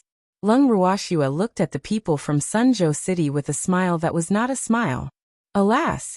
These people are really too childish. Everyone was obviously a mystic, but they were hostile to them for the sake of a small association competition. But since they liked to be used by others, they asked for it no matter the outcome, so she wouldn't pity them. Not long after Lung Ruoxue and the others sat down, Lan Ming, who had gone to draw lots, returned. Of course, Zhou Kuan, who had a very gloomy expression, returned with him. Sunzhou City's Mystic Association had sent a total of 15 people to participate in the competition this time. But only 5 people entered the top 100 in the end. On the other hand, all of the participants from Windless City's Mystic Association, which Zhou Kuan had always been hostile to, entered the top 100, making him very uncomfortable. Moreover, he couldn't understand why they had all entered the top 100 even though he had clearly set up many obstacles. One had to know that the future of the mystics who could enter the top 100 would be very bright, and this would also affect his future as the president. Little Snowy, there are 10 groups in the first round today.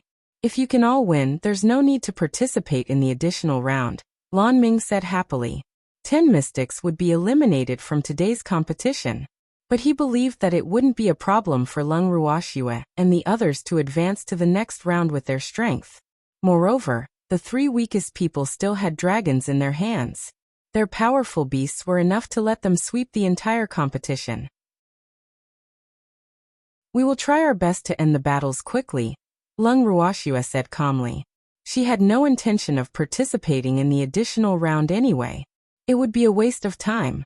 The strength of your opponents today is not much different from yours, Lan Ming continued while glancing at Zhou Kuan. Lung Ruoxue and the others would be facing 3 mystics of Sunzhou City today. He didn't know if it was intentional or a coincidence. Okay. Lung Ruoxue nodded slightly.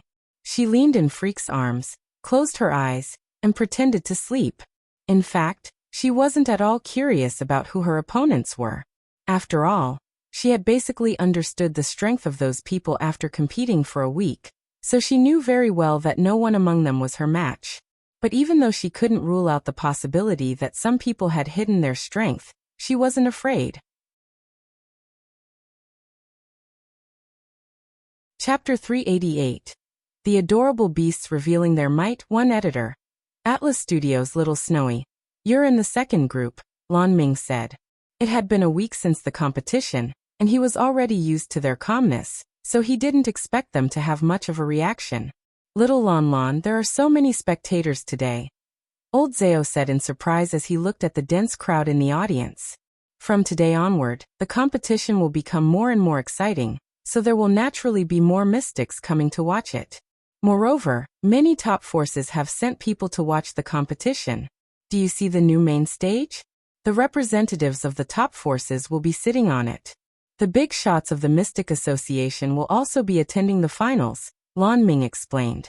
More and more people would pay attention to the competition as it progressed, and Lung Ruoxue and the others would also be targeted by more forces. But with Lung Ruoxue and the others' temperament, He knew that they would definitely be annoyed. Oh, little Lon Lon, when will it be my turn? Old Zao asked curiously. You're in the third group behind little Snowy. Lan Ming said as he looked at the schedule in his hand. Oh, we'll sleep for a while then. Old man Zao actually closed his eyes like Lung Ruoxua after speaking. Lan Ming looked at everyone and shook his head helplessly with a sigh. Alas! These people were really too carefree and not suitable to join any top force. Time passed by slowly, and after the host's routine opening speech, the competition officially began. The focus of today's competition was on Lung Ruoxua and the others because the audience was very curious whether they could still create the miracle of the previous few rounds and advance to the next round without any suspense. The 5 matches of the first group ended in dull silence. Little Snowy, it's your turn, Lan Ming reminded softly. Got it. Lung Ruoxua opened her eyes, stood up, looked at her grandfather and the others, and walked directly to the arena. After standing on the arena, Lung Ruoxua waited for a long time without seeing her opponent, which made her a little angry. She hated people who were late the most, even though she didn't know who this opponent was. Referee, why isn't my opponent here yet? Are we still competing? Lung Ruoxua asked with some displeasure, her watery eyes hiding an angry killing intent. Wait a minute. Your opponent should be here soon. We'll naturally judge you as the winner if he doesn't appear within half an hour. Don't worry. The referee comforted fearfully. Damn. This woman's eyes are really too terrifying. Boo. Isn't that young lady harming me? Do you mean that I have to wait for another half an hour? Lung Ruoxua said coldly with narrowed eyes. Damn it. It was obvious that Sun Meilin was behind this again. These are the rules of the competition. If the competitor goes on stage within half an hour, it won't be considered forfeiting. Otherwise, it will be treated as forfeiting. The referee brought out the rules of the competition. You can't say anything now. Alas! Lung Ruoxua gave him too much pressure, making him abnormally nervous. Oh, since I have to wait half an hour, I'll sleep first, Lung Ruoxua answered softly. She took out a recliner from her ring and placed it on the arena. She lay down and even summoned Charm. Then she hugged Charm in her left arm and Icy in her right arm, and closed her eyes as if no one else was around. Lung Ruoxua's smooth movement dumbfounded the referee. What's going on? He had refereed so many matches, but this was the first time he had encountered a competitor who dared to sleep on the arena. The audience was dumbfounded because Lung Ruoxua's actions were really beyond their expectations. But her behavior also impressed them. This was really too bold. No one else would dare to do so. Schwer should have hugged me to sleep. Boo-hoo. Freak murmured with raging jealousy, his pitch-black eyes burning with roaring flames. At this moment, he already hated the person who deliberately didn't appear. Thinking of this, Freak strode onto the arena. What does he want to do? Lan Ming asked dumbfoundedly as he watched Yi Chen get on the arena. Lung Ruoxua was already shocking enough. Now little Chen Chen actually joined in. Alas! He was really helpless. Lan Ming stole a glance at Lung Qingtian and the others and found that their expressions were as usual without any abnormalities. He couldn't help sighing in his heart. Alas! It seemed like he still had to train. Look at how calm these people were. He didn't know when he could be like them, able to watch mountains collapse batting an eyelid. On the arena, the referee looked at the man who suddenly went on the arena and was stunned. After recovering his senses, he questioned angrily. Who are you? Who allowed you to come up? I'm her man. I'm here to accompany my woman, Freak said arrogantly. He ignored the referee's anger and walked directly to Lung Ruoxua's side. Under everyone's eyes, he also lay down as if no one was around. Then he stretched out his long arms and hugged Lung Ruoxua. Damn it! Where do you think this place is? The referee roared furiously, his face turning green with anger. This was really too lawless. Did these two people take him, the referee, seriously? There's no one competing anyway. We have to sacrifice a little to avoid the arena going cold. Freak said nonchalantly, his eyes emitting waves of killing intent. If it wasn't this place, I would have eliminated all the people who bullied Schwer. The referee was so angry that he couldn't say anything for a long time. On the main stage, Who are these two? A handsome and extraordinary nobleman in luxurious clothes asked the person beside him softly. This man was in his 20s.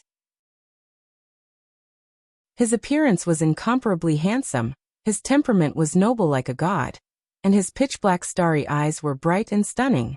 The woman is Lung Ruoxue, and the man is Yi Chen. They are from Windless City's Mystic Association. I heard that they are an engaged couple. The person beside the man was none other than Su Nan. Su Nan looked at the stage and sighed.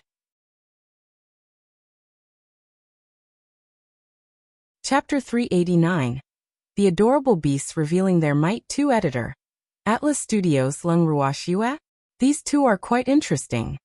The nobleman's shiny black eyes revealed an interested expression. Yes, she has the same surname as you. Su Nan glanced at the man beside him. Lung Wudi was interested in Lung Ruoxue. He didn't know if this was a good or bad thing for that woman. But he knew very well that that woman wasn't someone others could control, even though he had not interacted much with her. How's her strength? Lung Wudi asked casually. But his eyes were fixed on Lung Ruoxue and Yi Chen, who were on the arena and ignoring everyone else. Better than mine, Su Nan said gloomily. Alas! He didn't expect that he couldn't even defeat a woman. Boo! How sad. Oh, who is her opponent in this match? Lung Wudi asked curiously. Lung Ruoxue was really calm. If it were anyone else, they would probably become angry long ago. But she could actually enjoy herself. It's really unbelievable. Haha. It's Bairu, Su Nan said while looking at the schedule in his hand. Bairu? Is that woman courting death? Lung Wudi frowned slightly and said with obvious displeasure. In fact, he didn't know why he was angry. Probably ordered by Sun Meilin. Su Nan said in realization. Sun Meilin's methods are becoming more and more childish. She actually wanted to use such a method to make Lung Ruoxue angry. Unfortunately, she didn't care at all. Wasn't she sleeping on the arena? Huh. Do they have a feud? Lung Wudi asked in puzzlement, his handsome face full of question marks. I guess so. Su Nan explained the ins and outs of the enmity between Lung Ruoxue and Sun Meilin to Lung Wudi. He had sent people to investigate these things after his battle with Lung Ruoxue. The Sun family is really becoming more and more capable, Lung Wudi said with disdain. The Sun family has always been shameless. What's there to fuss about? Said another man in blue beside Lung Wudi. His gaze was also full of interest as he stared at Lung Ruoxue and Yi Chen on the arena. Haha. These two people really suited his taste too much. Even though their appearance was a little inferior, his impression of these two people wasn't bad. After speaking, the blue-clothed man felt the cold air around him intensify. But he ignored it because he was used to it. What? Do you want to see the world burn again? Lung Wudi said helplessly. His good friend was really. Haha, you're right. How can I miss out on fun things? Moreover, how can they be a match for the Sun family? This is too unfair to them, so I have to uphold justice. The blue-clothed man said righteously as if he was the embodiment of justice. Uphold justice? I think you're going to cause trouble. Lung Wudi exposed him rudely. The Lan family and the Sun family had always been at odds.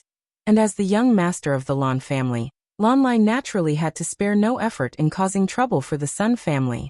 What? Can't bear for your fiancé to be bullied. The blue-clothed man Lan Lai raised his eyebrows provocatively. My fiancé? Who? Lung Wudi's handsome face was full of question marks. Why didn't he know that he had a fiancé?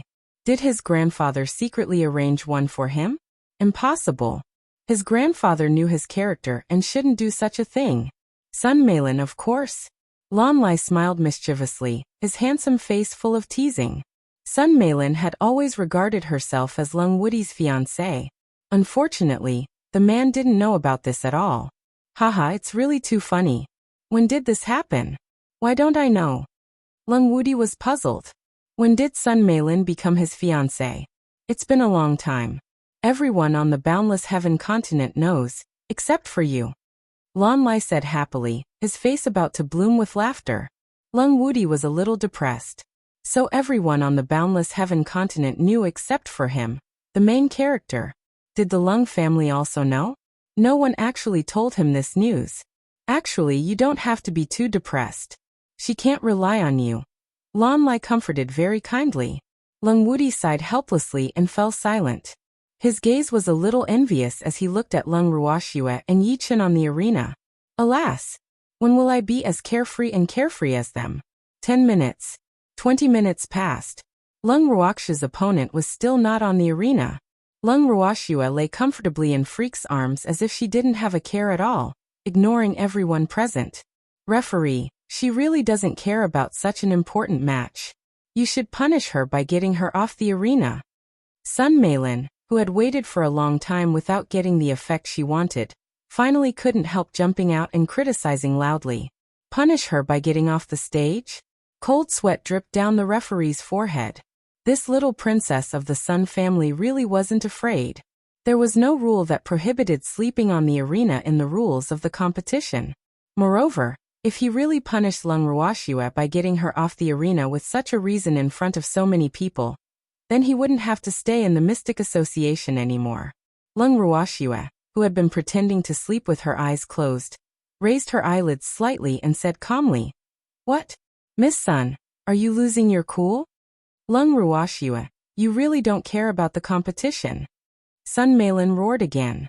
She had already lost her mind from being angry with Lung Ruoxue. Hee, of course, I don't care about the competition, Lung Ruoxue said softly. Referee, did you hear that?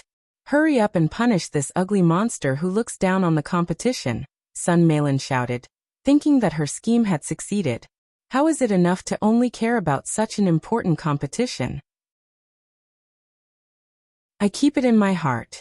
Lung Ruoxue deliberately paused, smiled lightly and continued, teasing Sun Meilin like a cat catching a mouse.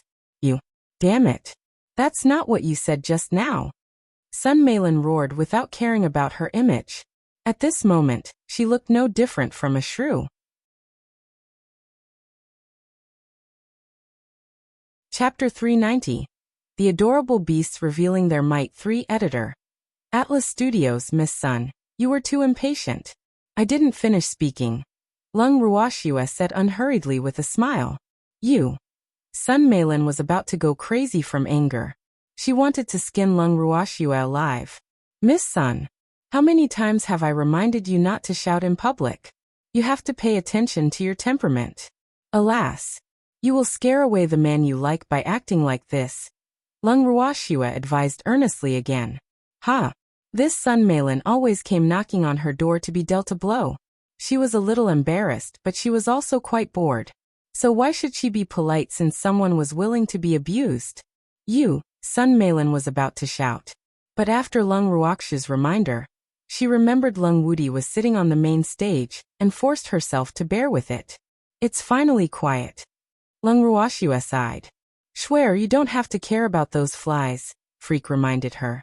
I think so too. But some flies keep buzzing in my ears, making it impossible for me to sleep, Lung Ruoxue complained. Hee, leave chasing the flies away to me in the future. Freak volunteered. Okay. Referee, how many minutes until the time is up? Lung Ruoxue answered, and then turned her gaze to the referee. There are still 3 minutes, the referee said with a slight tremble while grumbling in his heart. Ooh. If these two want to talk love, can they do it in private? He was under a lot of pressure standing beside them. Lung Ruoxue nodded and closed her eyes again. On the main stage. Haha, this woman is really too amazing. Lan Lai laughed happily. A mystic with no background actually dared to provoke the little princess of the Sun family. Her courage was commendable. He had to get to know such a brave woman. Otherwise he would regret it. Hopefully, she's mentally prepared to receive the Sun family's revenge. A man in black on the main stage suddenly said coldly, Sun Tung, are you planning to take action against her? Lan Lai asked cautiously. He wouldn't let the Sun family destroy such a brave and interesting woman. I'm not that bored, but it's hard to say for Sun Meilin. The man in black named Sun Ting said coolly. If he really wanted to stand up for the Sun family, the first person he should deal with was Lan Lai. How could it be anyone else's turn? Sun Meilin won't amount to much, Lan Lai said disdainfully. Women who acted cockily just because they were pampered were forever only worthy of being pawns of the family, just like his cousin. She was beautiful, but she was a brainless fool. Don't underestimate a woman's ability.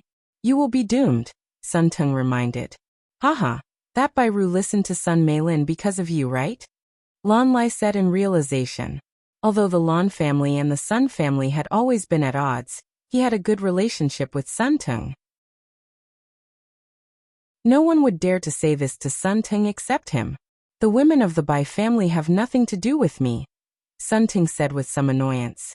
Haha, haha. Lan Lai laughed happily at Sun Teng's reaction. You should die laughing. Sun Teng looked at Lan Lai angrily. Haha, isn't it time? Is that Bairu still not on the arena? Lan Lai looked at the time after laughing. She's already gone up, Leng Wudi reminded. Oh, Lan Lai's gaze turned to the arena. As expected, Bairu had already walked onto the arena. On the arena, Bairu stared at Leng Ruoxue with disdain. Humph. Embracing in public, you really don't know any shame, Bairu said mockingly in disdain. She had promised Sun Meilin that she would humiliate Leng Ruoxue, so she started finding trouble as soon as she got on the arena. Unfortunately, Leng Ruoxue, Freak, and even the two beasts ignored her. Hey slut, I'm talking to you? Don't pretend to be deaf and mute. Bairu roared angrily because she could already feel that everyone's eyes seemed to be on her now. Moreover, there were actually sympathetic gazes among them. Damn it! What's going on? Why are they all staring at me? Were they charmed by my beauty? She guessed narcissistically. However, no human or beast bothered with her. Referee, are we still going to compete? Bairu questioned the referee furiously. Let the match begin, the referee said with some displeasure, and he couldn't help cursing in his head. Fuck, what do these aristocratic young ladies think I am? Even a normal person will be angry. Moreover, I'm not their dog. Schwer, the match has begun. Freak whispered in Leng Ruoxue's ear. Okay. Darling Dazzle, rise, come out and play with her for a while. Leng Ruoxue opened her eyes slightly and released Darling, Dazzle, and Rise at the same time. Then she ignored everything and closed her eyes again. Beloved master, leave this ugly woman to us. Darling rubbed against Leng Ruoxue's body coquettishly. Master, I will definitely play with her well, Dazzle promised solemnly. Hee, I won't let this ugly woman go. She has to pay the price for bullying Master. Master, this woman stinks. It's killing me, Rise said exaggeratedly. You damn beasts, you're really tired of living, Bairu said through gritted teeth while glaring at the three small and cute beasts standing in front of her. She was about to attack, but she saw Leng Ruoxue suddenly summoning her spirit beasts, and these spirit beasts actually teamed up to humiliate her. She had never been humiliated by beasts in her life, so she would definitely not let these damn beasts who dared to embarrass her go. You are the beast. Your entire family is beasts, Dazzle said with a displeased face. Hee, we are the cutest beasts of our cute master. A humanoid beast like you won't understand, Darling said with contempt. Chapter 391. The Adorable Beasts Revealing Their Might for Editor. Atlas Studios. Yes, humanoid beast, I want to destroy you on behalf of my master, Rise said seriously, his expression extremely serious. You. Bairu was so angry that she couldn't speak. Bairu calmed down slightly and ordered, Referee, what does she mean? Why is that ugly man still on the arena? Chase him and these few stray beasts quickly. The competition allows the use of spirit beasts, the referee said with a face full of black lines. Damn, this was the first time he had seen a beast with such a sharp tongue that could make people vomit blood. It was really too enjoyable. Moreover, he wasn't the only one with such thoughts. Almost everyone present had such thoughts. Some people even eagerly hoped that they would quarrel more, because such a scene was rare. Lan Lai was the best example. After hearing the conversation between the beasts and Bairu, he was already laughing so hard that he was almost rolling on the ground. Haha, these beasts are so cute. Where did Leng Ruoxue find them? Lan Lai said with a smile, his speech a little unclear. Isn't Leng Ruoxue planning to make a move? Su Nan murmured curiously. What would she do? If it were me, I wouldn't do anything either. These few beasts can anger the opponents to death, Lan Lai said happily. People whispered among themselves on the main stage and in the audience stands. Moreover, everyone had happy smiles on their faces. But on the arena, Bai Ru was in a terrible mood. Lung Ruoxia, don't you dare to fight me? Bai Ru was so angry that her chest was heaving violently, gloomy from the provocation. She really wanted to kill someone now. It's not that I don't dare. You're just not worthy, Lung Ruoxia said coldly with her eyes closed. What did you say? Say it again if you have the balls. Bai Ru roared furiously, her beautiful eyes spitting flames. I'm sorry. I don't have those things, so of course I'm not speaking nonsense, Lung Ruoxia said calmly with a light smile. Her words made everyone burst into laughter again. Damn it. I won't let you go. Bai Ru's heart burned with anger when she heard the mocking laughter from the audience. With a thought, a saber with a terrifying cold aura appeared in her hand. The saber wasn't large. The blade of the saber was about half a meter long, and the handle was about the size of an adult's palm. But it was definitely a sacred artifact, and a good quality one from the aura it emitted. Wow, it's actually a sacred artifact. This Bai family is really generous. An elementary mystic actually has a sacred artifact. The Bai family has an artificer, so it's normal to have sacred artifacts. The moment Bai Ru's saber appeared, it indeed caused a considerable stir in the venue. The audience was also discussing it. Some were envious, some were jealous. Ugly monster. You're dead meat. Bai Ru was very pleased with herself as she listened to the discussions. Moreover, she felt that she had regained some face. You are the ugly, old and stinky ugly monster. Darling roared furiously. She was obviously the ugliest, but she still dared to say that his beloved master was ugly. She really didn't know life from death. You. Damn it. You beasts are dead meat too, Bai Ru said fiercely with a ferocious glare. Brothers, let's go and destroy her on behalf of master. Dazzle said impatiently. This woman had been jumping around for too long. He really couldn't take it anymore. Okay. Darling and Rise nodded, and immediately divided the work tacitly. The three little beasts pounced at Bai Ru together. Darling focused on her face, and his sharp little claws ruthlessly scratched her face. Dazzle was responsible for her upper body, and his equally sharp little claws scratched her body with all his might. Before long, the gorgeous clothes on her became beggar clothes. One by one, pieces of torn clothes flew and endless erotic sights kept sneaking out. Rise was in charge of her lower body. He used the sharp horn on his head to poke her legs. Ah, damn it. Tet lost. Bai Ru screamed. The saber in her hand had long been thrown to the ground of the arena. Her dancing arms tried to capture the three little beasts doing strange things on her body. But the three little beasts were very agile, and they wouldn't stay in the same place for long before changing positions. Bai Ru was a little helpless. She endured the intense pain on her body, and waved her arms to capture Darling and the other two beasts. At the same time, her body twisted vigorously in an attempt to shake off the three annoying little beasts sticking to her body, wanting to avoid their attacks. At this moment, she had long been flustered and only cared about fleeing all over the arena. She didn't even have the chance to fight back, and her body was already riddled with wounds. The referee, the audience, and everyone on the main stage stared at the funny scene on the arena with their mouths agape, dumbfounded. Heavens! It was too tragic. These three beasts were really strong. They tortured an elementary mystic to the point of almost dying without using any skills. Not only that, but they also embarrassed Bai Ru. Alas! She was the fourth-ranked beauty on the boundless heaven continent. She was destroyed just like that. Everyone sighed endlessly over this. Come on, come on.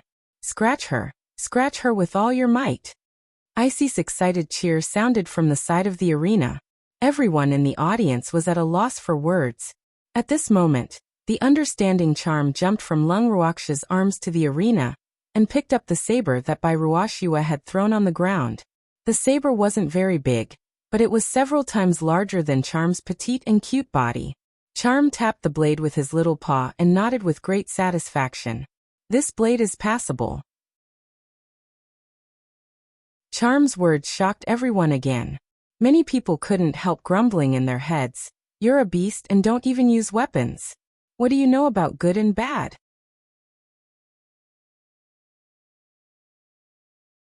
Chapter 392. The Adorable Beasts Revealing Their Might 5. Editor. Atlas Studios. In fact, this was probably the root of the inferiority of humans. Many people felt that they were nobler than beasts and looked down on beasts.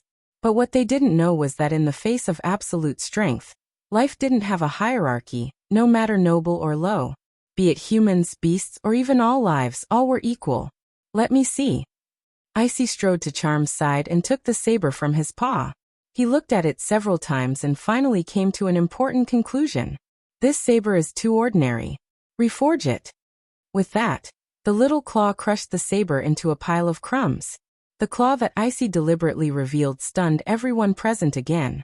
After they reacted, the audience exploded once more. Damn. This puppy is too awesome. It actually shattered the sacred artifact.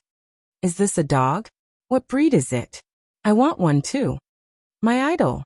Everyone went crazy for the strong and awesome puppy. On the main stage. What do you think? Lon Lai looked at Lung Wudi and couldn't help asking. What happened on the arena just now really exceeded what he knew. I don't know, Lung Wudi said lightly. His bright eyes stared at the arena where Lung Ruoxua was. Although the battles on the other arena hadn't ended yet, it was obvious that everyone's attention had been snatched away by the arena where Lung Ruoxua was. Hey, don't you feel bad? Lon Lai teased Sun Ting again after seeing how boring Lung Wudi's reaction was. None of my business. My heart aches for the claws of those little beasts, Sun Ting said coolly and then ignored Lon Lai. You two boring men. Lon Lai complained, and his gaze returned to the arena. On the arena, Lung Ruoxua lazily opened her bright watery eyes, looked at the situation on the arena, and said lightly, let's end the battle quickly. Don't delay other people's competition time. Okay, beloved master. Darling replied and scratched harder.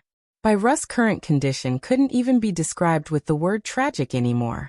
Her face and body were covered in scratches, and the tattered clothes covering her body were on the verge of crumbling. The erotic scenery within was even more visible. No, we haven't beaten her down yet. Lung Ruoxua suddenly remembered something. She had to follow the rules on the arena. She wouldn't be judged as the winner until she beat her opponent down.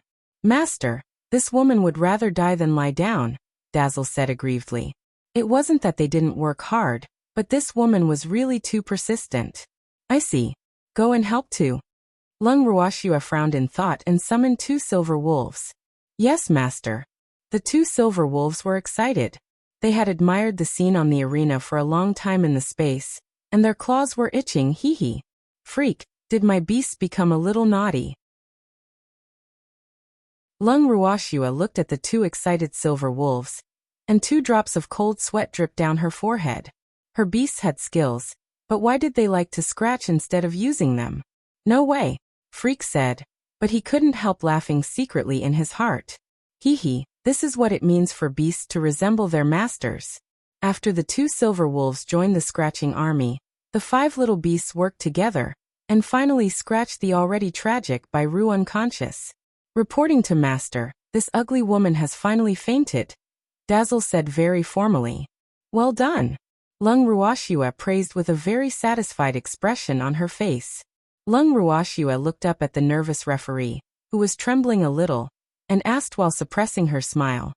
Referee, should I wait another 10 minutes? Why yes. The referee was so scared that he stammered a little. These beasts were really too terrifying. The audience was far away, so they absolutely couldn't see them as clearly as he did. He was really terrified.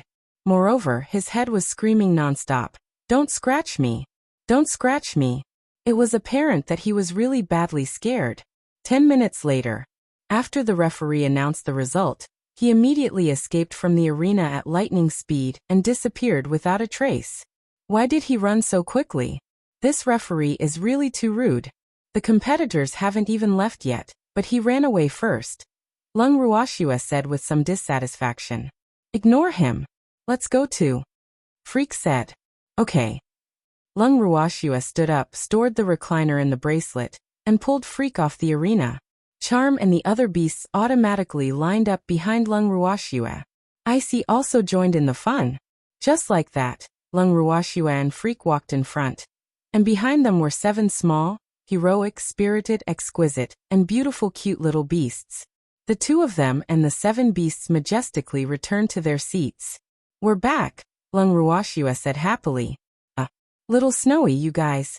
Lan Ming really didn't know what to say.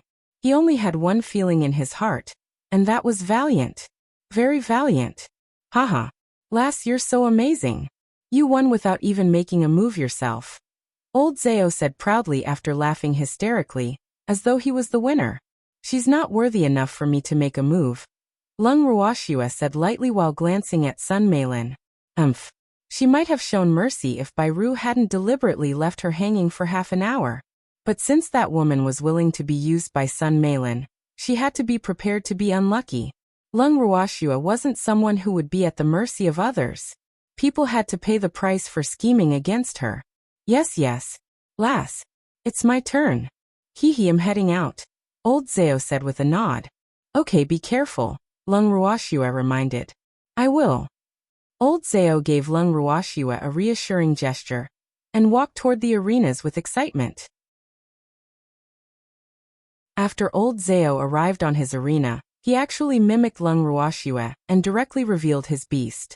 His opponent admitted defeat without a fight under the might of his dragon.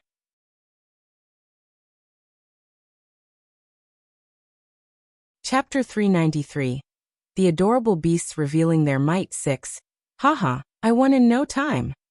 Old Zao said with a smug smile after returning to his seat. Fast, Lan Ming said helplessly as 2 drops of cold sweat dripped down his forehead. He could now tell that these people were each lazier than the other. They actually did it as simply as they wanted. Moreover, if it were anyone else, they would have also won if they had a dragon as their pet beast. Feng Jing and First Elder Feng were in the 4th and 5th groups respectively. After they went on stage, they actually learned from Old Zao and directly revealed their dragons. As soon as the dragons came out, their opponents admitted defeat depressedly. In the area where Lung Ruoxue and the others were. Haha. Well done. Old Zao was pleased to see Feng Jing and First Elder Feng imitating him. Yeah. Feng Jing replied. In fact, Feng Jing's idea was mainly that his opponent had about the same strength as him. So fighting would also be a waste of time. After all, he didn't lack combat experience, so there was no need to spend time on this. 3 more groups of matches were carried out, and Lung Qingtian, Lin Liang, and Old Man went on stage one by one. The 3 of them won against their opponents and obtained victory without much effort because their opponents were weaker than them.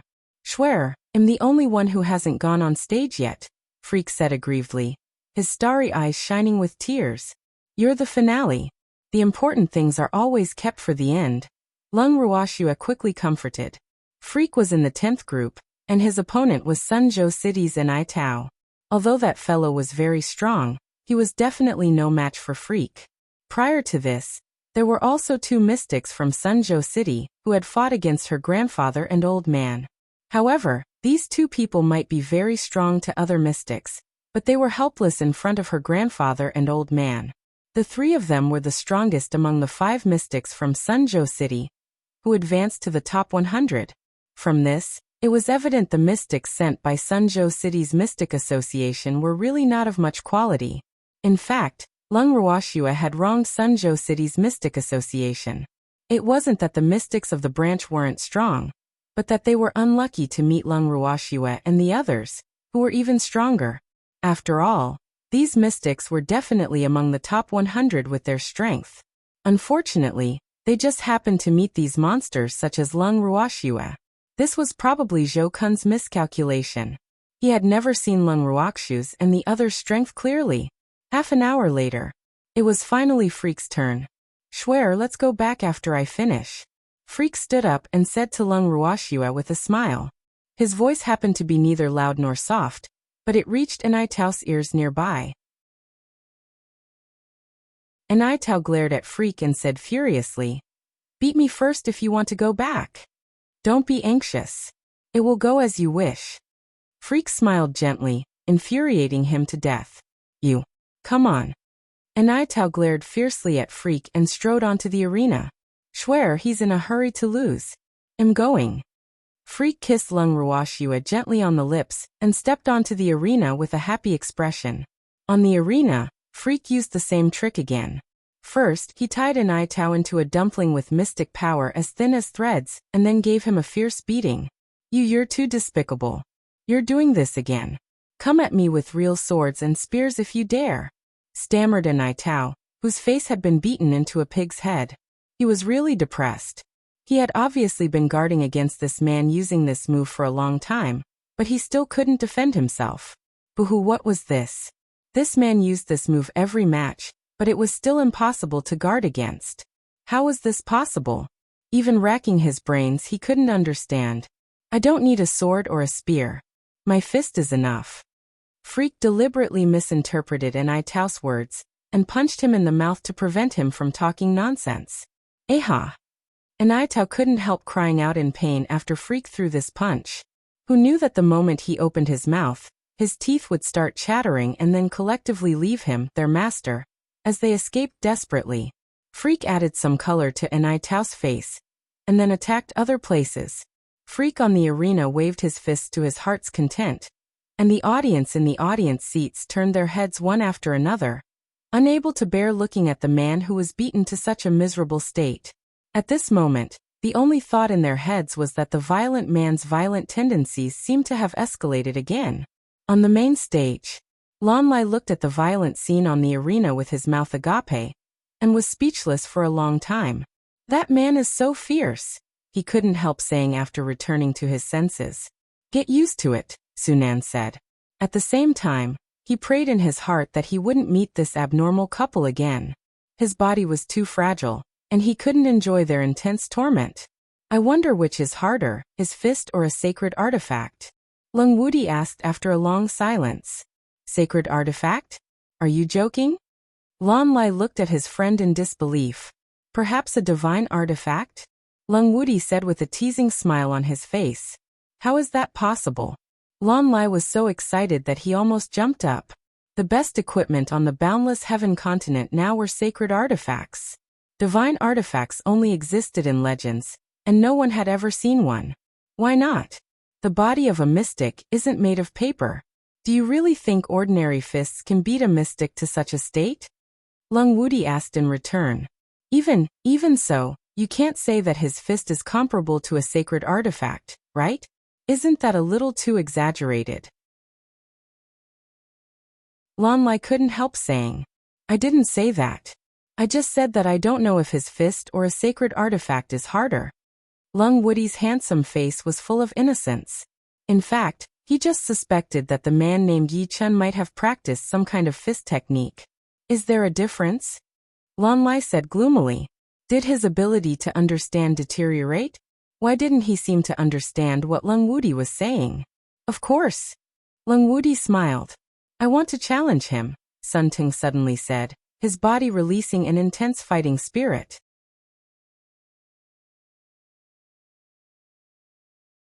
Chapter 394. The Adorable Beasts Revealing Their Might 7. Did I hear it right? You're already a mystic monarch, yet you actually want to challenge an elementary mystic. Won't people laugh to death if news of this gets out? Lon Lai said with great disapproval. I can control my strength to be the same level as him, Sun Ting said. He still needs to participate in the competition. It's not appropriate for you to challenge him now, Lung Wudi reminded. Alas, although Sun Ting was from the Sun family, he was obsessed with martial arts. He wanted to challenge anyone with potential as long as he saw them. Unexpectedly, he was now actually targeting an elementary mystic. I can challenge him after his matches are over, Sun Ting said resolutely. It had been a long time since someone had aroused his intense fighting spirit, so he would definitely not let Yi Chun go. Then do you want to challenge Lung Ruoxua? Lung Wudi suggested. I don't challenge women, Sun Ting said coolly. He only liked that man. At this moment Freak, who was happily bashing someone on the arena, didn't expect that he had already been targeted. On the arena, even the referee couldn't bear to continue watching Freak beating Anaitao up. But the person himself didn't admit defeat. So with the principle of fair competition, Of course he wouldn't call a stop. Moreover, he was afraid that if this violent man didn't have enough fun fighting, he would vent the excess violence on him. Boo-hoo, therefore he simply hid at the side and turned a blind eye. At the seats of Lung Ruoxue and the others. Little Snowy, little Chen Chen's fists are really hard. Lan Ming couldn't help sighing. He probably wouldn't be able to take it if those fists hit him. Okay, let's prepare to leave, Lung Ruoxue said happily. She also looked at Zhou Kun and his group, whose faces were green, beside them and laughed hysterically in her heart. Haha, Zhou Kun's heart must be aching to death. Anai Tao is his most powerful trump card. I'm afraid he won't even be able to participate in the additional round later. Anai Tao would have to officially withdraw from the competition, unless there was a heaven-grade pill to treat his injuries. Zhou Kun and his group obviously saw it too. Unfortunately, they were helpless unless Anai Tao admitted defeat himself. Cousin, quickly get Anai Tao to admit defeat, Sun Meilin said anxiously. If Anai Tao was eliminated, the people of Sunzhou City's Mystic Association could go home. Do you think I don't want to? He wants to hold on himself. What can I do? Zhou Kun roared furiously. In fact, he really wronged Anai Tao. It was really not that Anai Tao didn't want to admit defeat, but he had been beaten silly and forgot that he could admit defeat. On the arena, Freak received his dearest wife's gaze and increased the strength of his fists. After dozens of beatings, Anai Tao finally fainted. Seeing that Anai Tao had fainted, Zhou Kun and his group finally heaved a sigh of relief. Phew. Fortunately, he was still breathing.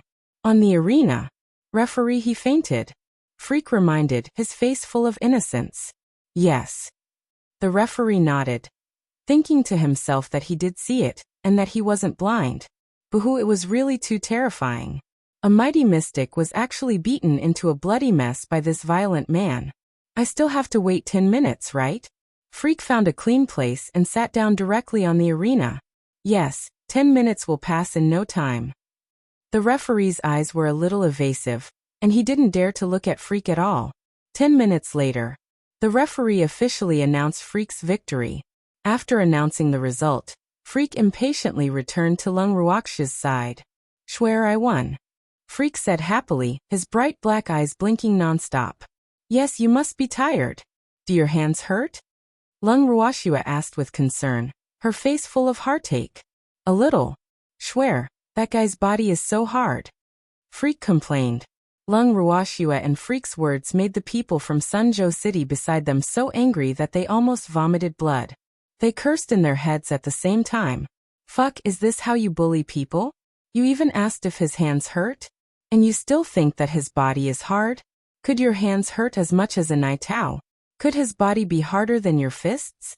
But they only dared to think these words, and didn't dare to say them at all, because Freak's violent image really penetrated too deeply into their hearts. They were too afraid. Little Lan Lan, can we go back? Lung Ruoxue turned her head to Lan Ming. Okay, let's go, Lan Ming said with a face full of black lines. Alas! These two people weren't only strong, but their ability to anger others was also top-notch.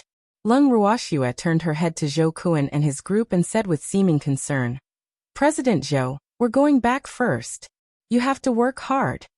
You don't have to worry, Zhou Kun said through gritted teeth, his heart full of hatred. Don't mention it. I'm just concerned about you.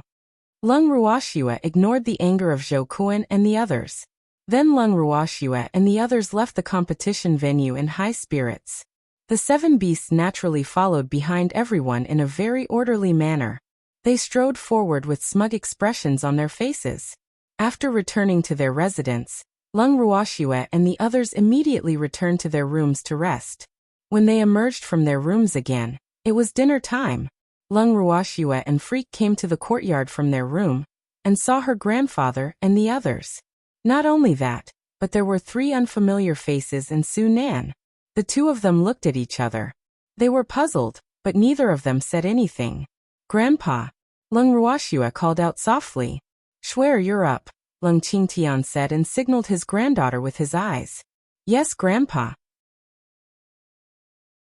Who are they? Lung Ruoxue asked straightforwardly. Little Snowy, let me introduce you. They are Lan Lai, Lung Wudi, and Suntung. You know Su Nan. Lan Ming braced himself and introduced them one by one. Boo-hoo. He knew that Lung Ruoxua didn't like to be disturbed, but this really had nothing to do with him. Oh, may I know why you are here? Lung Ruoxua said indifferently without much enthusiasm. They accompanied me to see my uncle, Lan Lai said quickly. He had already heard about their tempers from his uncle, so he knew from Lung Ruoxia's attitude that they weren't welcomed. Boo-hoo. He was a handsome youth who was loved by everyone. How did he become an annoying fly in Lung Ruoxia's eyes? He couldn't understand.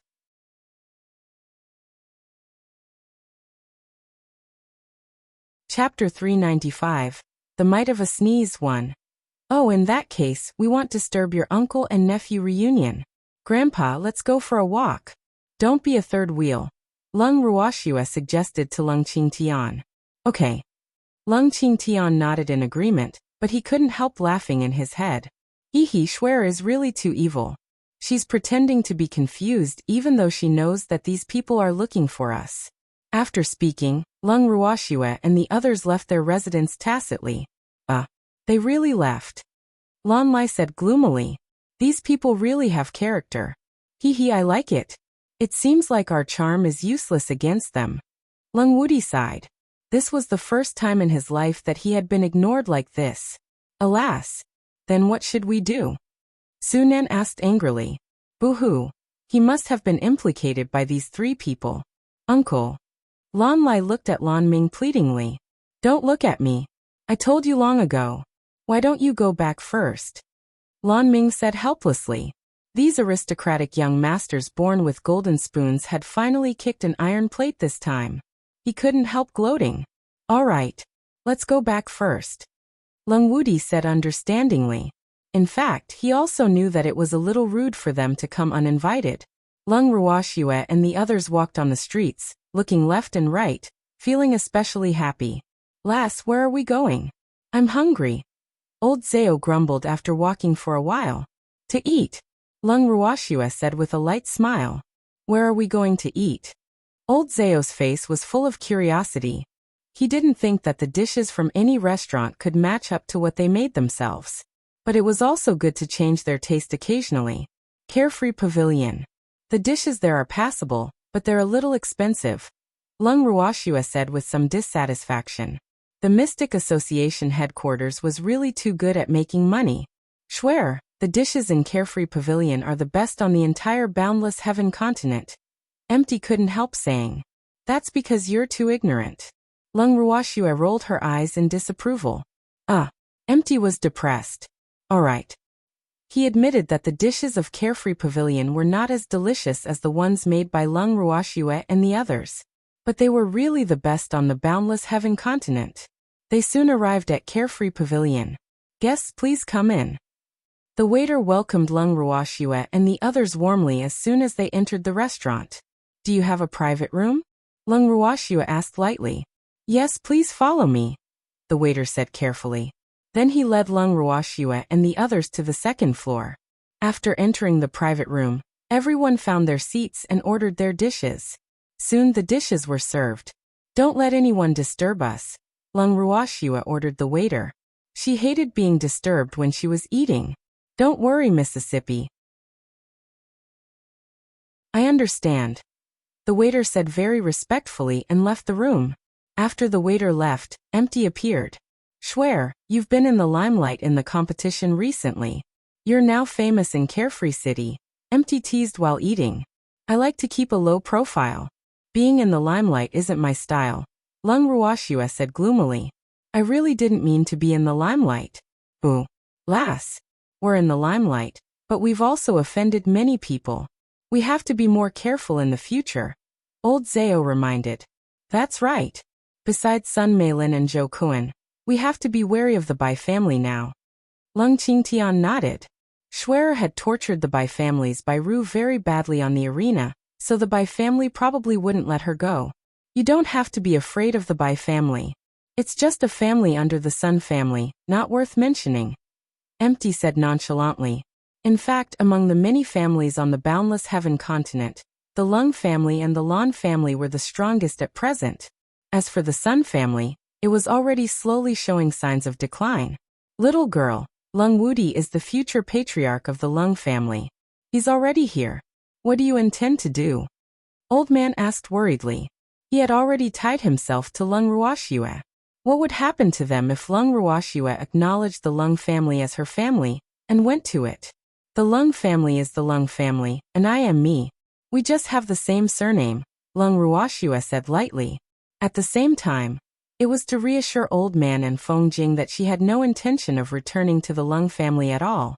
Such a super family was too complicated, and she didn't want to go to that muddy water.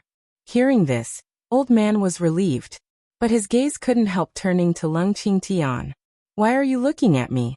Our Schwer is the head of the family.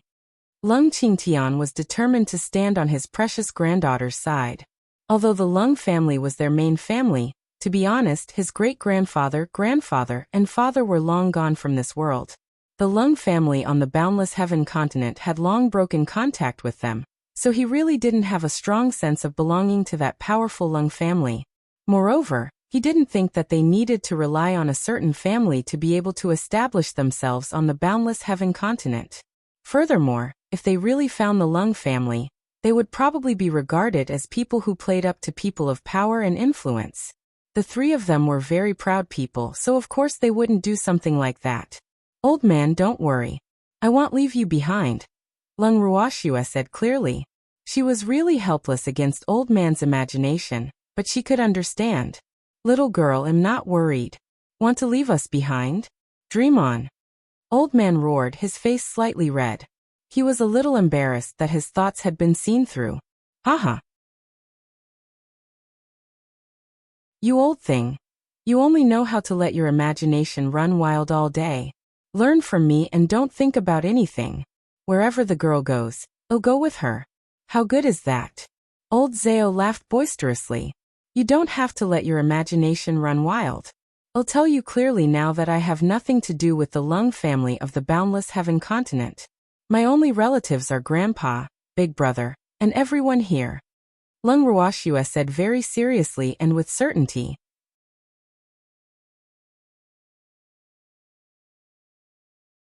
Chapter 396. The Might of a Sneeze 2. Ruoxue. Actually, there are really a lot of disputes in big families. Feng Jing sighed. Although he had been dedicated to cultivation in the past, he was someone who had been the head of a family after all.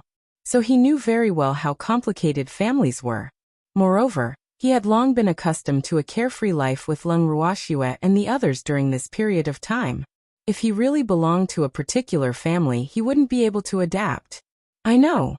How could Lung Ruoxue not know? Before her rebirth, she was also a pawn of a large family and worked hard for the family. This simple and carefree life was what she yearned for after her rebirth. So she was determined not to return to a complicated family. She had no sense of belonging no matter how strong that family was. To her, the Lung family of the boundless heaven continent could at most be considered distant relatives with a little blood relationship with her. And she was at most a proud and poor relative. So she really didn't want to hug other people's thighs to prevent others from giving alms to them like they were beggars. Everyone chatted as they ate.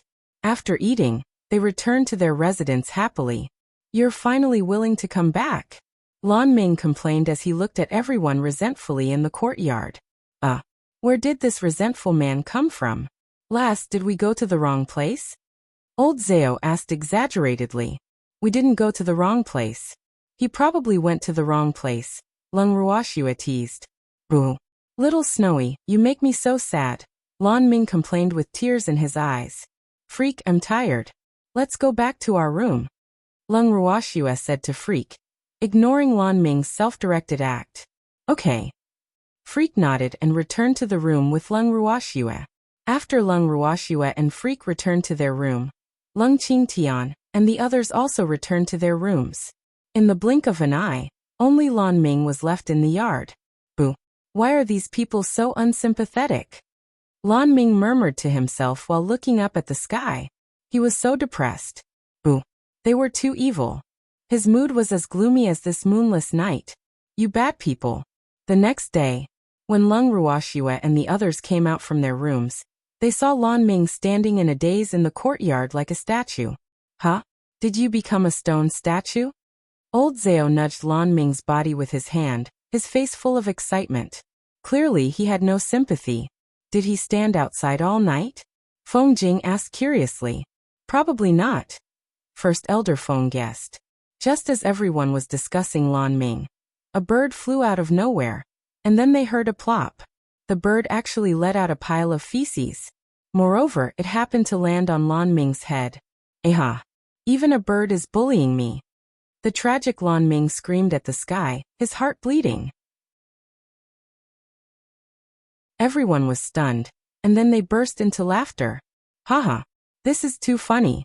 Old Zhao laughed the most exaggeratedly, almost rolling on the ground. Thump. Lan Ming fell to the ground stiffly. Haha! You've been standing here for too long. The image of the stunningly beautiful man is all destroyed now. Lung Ruoxua teased happily. Why was this Lan Ming becoming more and more funny? He was so dignified and imposing the first time she saw him. Why was he now? You bullied me, and the bird bullied me. Boo-hoo. Lan Ming wanted to cry but had no tears. His limbs were a little stiff because he had been standing for too long. The only thing he could move normally was his mouth and eyes. Boo. And his image. His noble and perfect image had disappeared forever since he got to know these people. We didn't bully you. Lung Ruoxua took out a pill and threw it into Lan Ming's mouth. You bullied me a lot. Lan Ming complained. After taking the pill, he stretched his limbs and got up from the ground. I'm going to take a bath. Lan Ming ran back to his room in a hurry. Haha. Lung Ruoxua looked at Lan Ming's fleeing back and smiled happily. Schwer, let's make breakfast. We have to go to the competition later, Lung Qingtian reminded. Lung Ruoxua nodded, and everyone got busy. After breakfast was ready, Lan Ming emerged from his room after a bath and found a chair to sit down on. Don't you have to draw lots first? Lung Ruoxua asked curiously as she looked at Lan Ming, who was sitting down to eat breakfast. I'm hungry. Lan Ming drank his porridge without looking up. What a heartless little girl. I haven't eaten anything all night, yet she still wants to chase me away. Boo. Oh. Lung Ruoxua answered softly and continued eating. After breakfast, everyone went to the competition venue. After reaching the arena, Lan Ming went to draw lots, while Lung Ruoxua and the others went directly to their seats.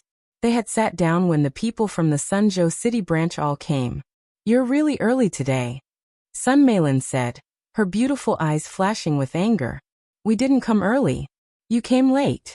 Did the additional round yesterday go smoothly? Lung Ruoxua said with great concern. You don't have to worry about that. Sun Meilin roared furiously. As soon as she thought about yesterday, she wanted to kill people. She didn't know what methods that ugly man used, but even a heaven-grade pill couldn't treat Tao's injuries, causing him to have no choice but to withdraw from the competition early. It was really infuriating. It seems like yesterday's matches didn't go smoothly. Why else would Miss Sun be so angry? Ah. By the way, I have to remind you to take note of your image. The young master of the Lung family is watching from the main stage. Lung Ruoxua said with a smile, her words full of concern. People who didn't know would definitely think that they were good friends. Moreover, she still didn't know that Tao's injuries hadn't improved after taking a heaven-grade pill. You just take care of yourself. Sun Meilin almost wanted to shout again, but she suddenly remembered Lung Ruoxua's words and forcefully endured it. Although this ugly monster was very annoying, her words were very reasonable, so she endured it for the sake of the Lung family's young madam position. Anyway, in her eyes, Lung Ruoxua was no different from a dead person.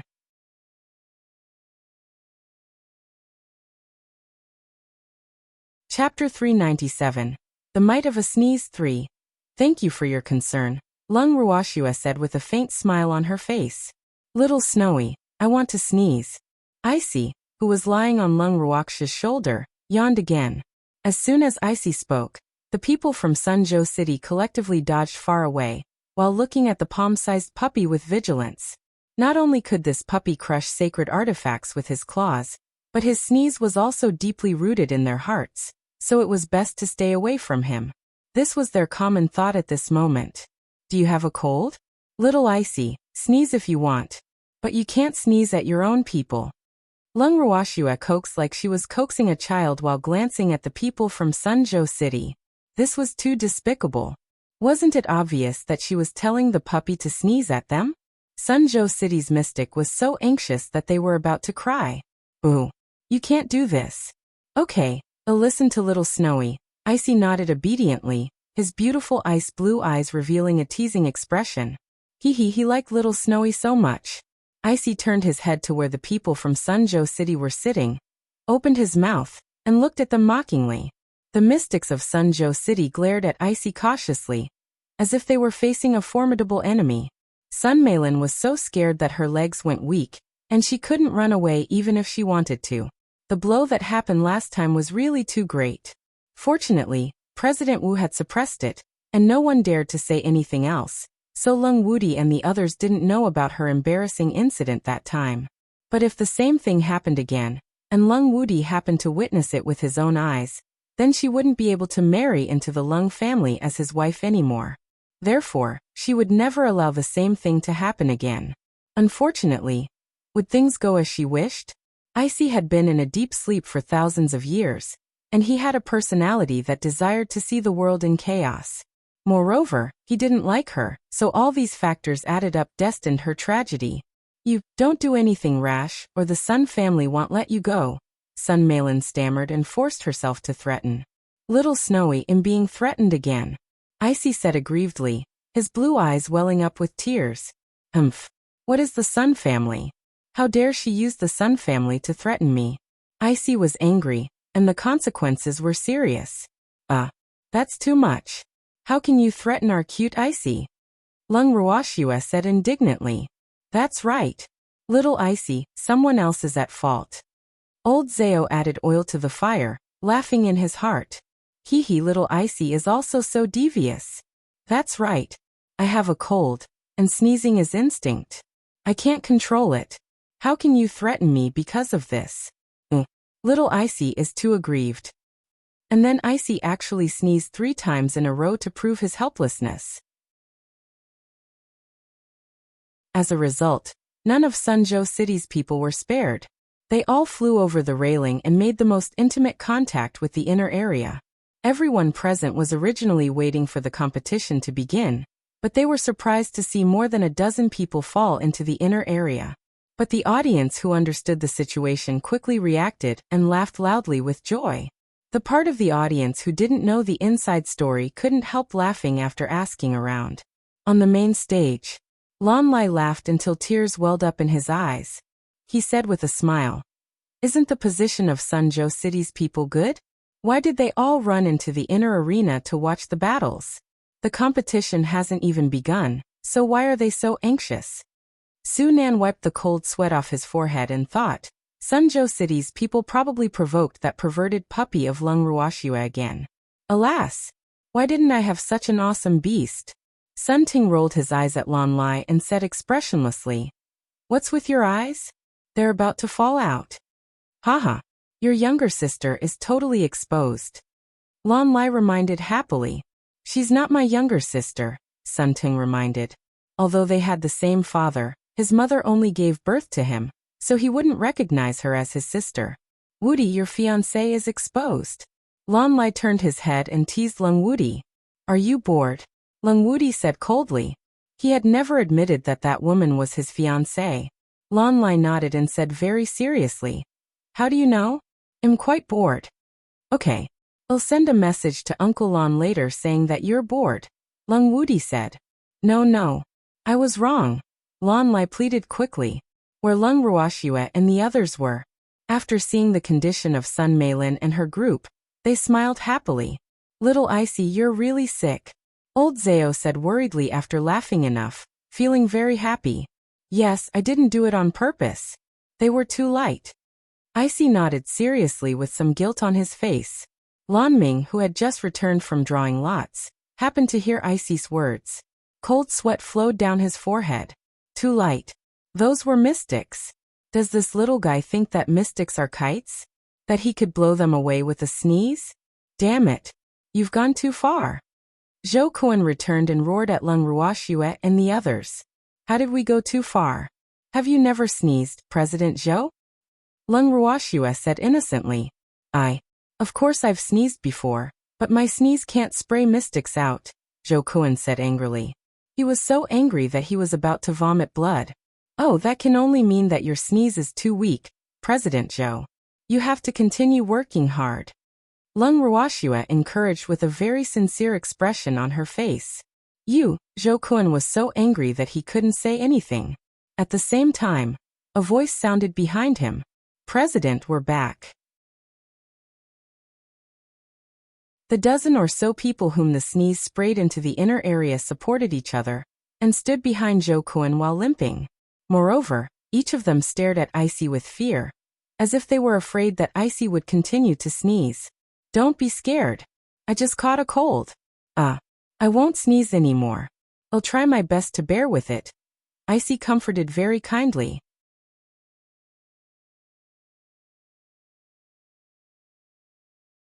Chapter 398. The Might of a Sneeze 4. You don't have to bear with it. Just don't sneeze at us again, one of them said hurriedly. I'll try my best, Icy said shyly with an embarrassed expression on his face. Lung Ruoxue saw that the host was already on stage and about to speak, so she suppressed her smile and said to Zhou Kuan and the others, "The competition is about to begin. Don't block my view." Yes. All the mystics from Sunzhou City limped to their seats with trembling bodies. They had fallen quite heavily just now. They had finally returned to their seats, but they still had to suffer such mental torture. Where's Meilin? Zhou Kuan asked when he didn't see Sun Meilin. Miss Sun was taken away by her bodyguards, a mystic explained.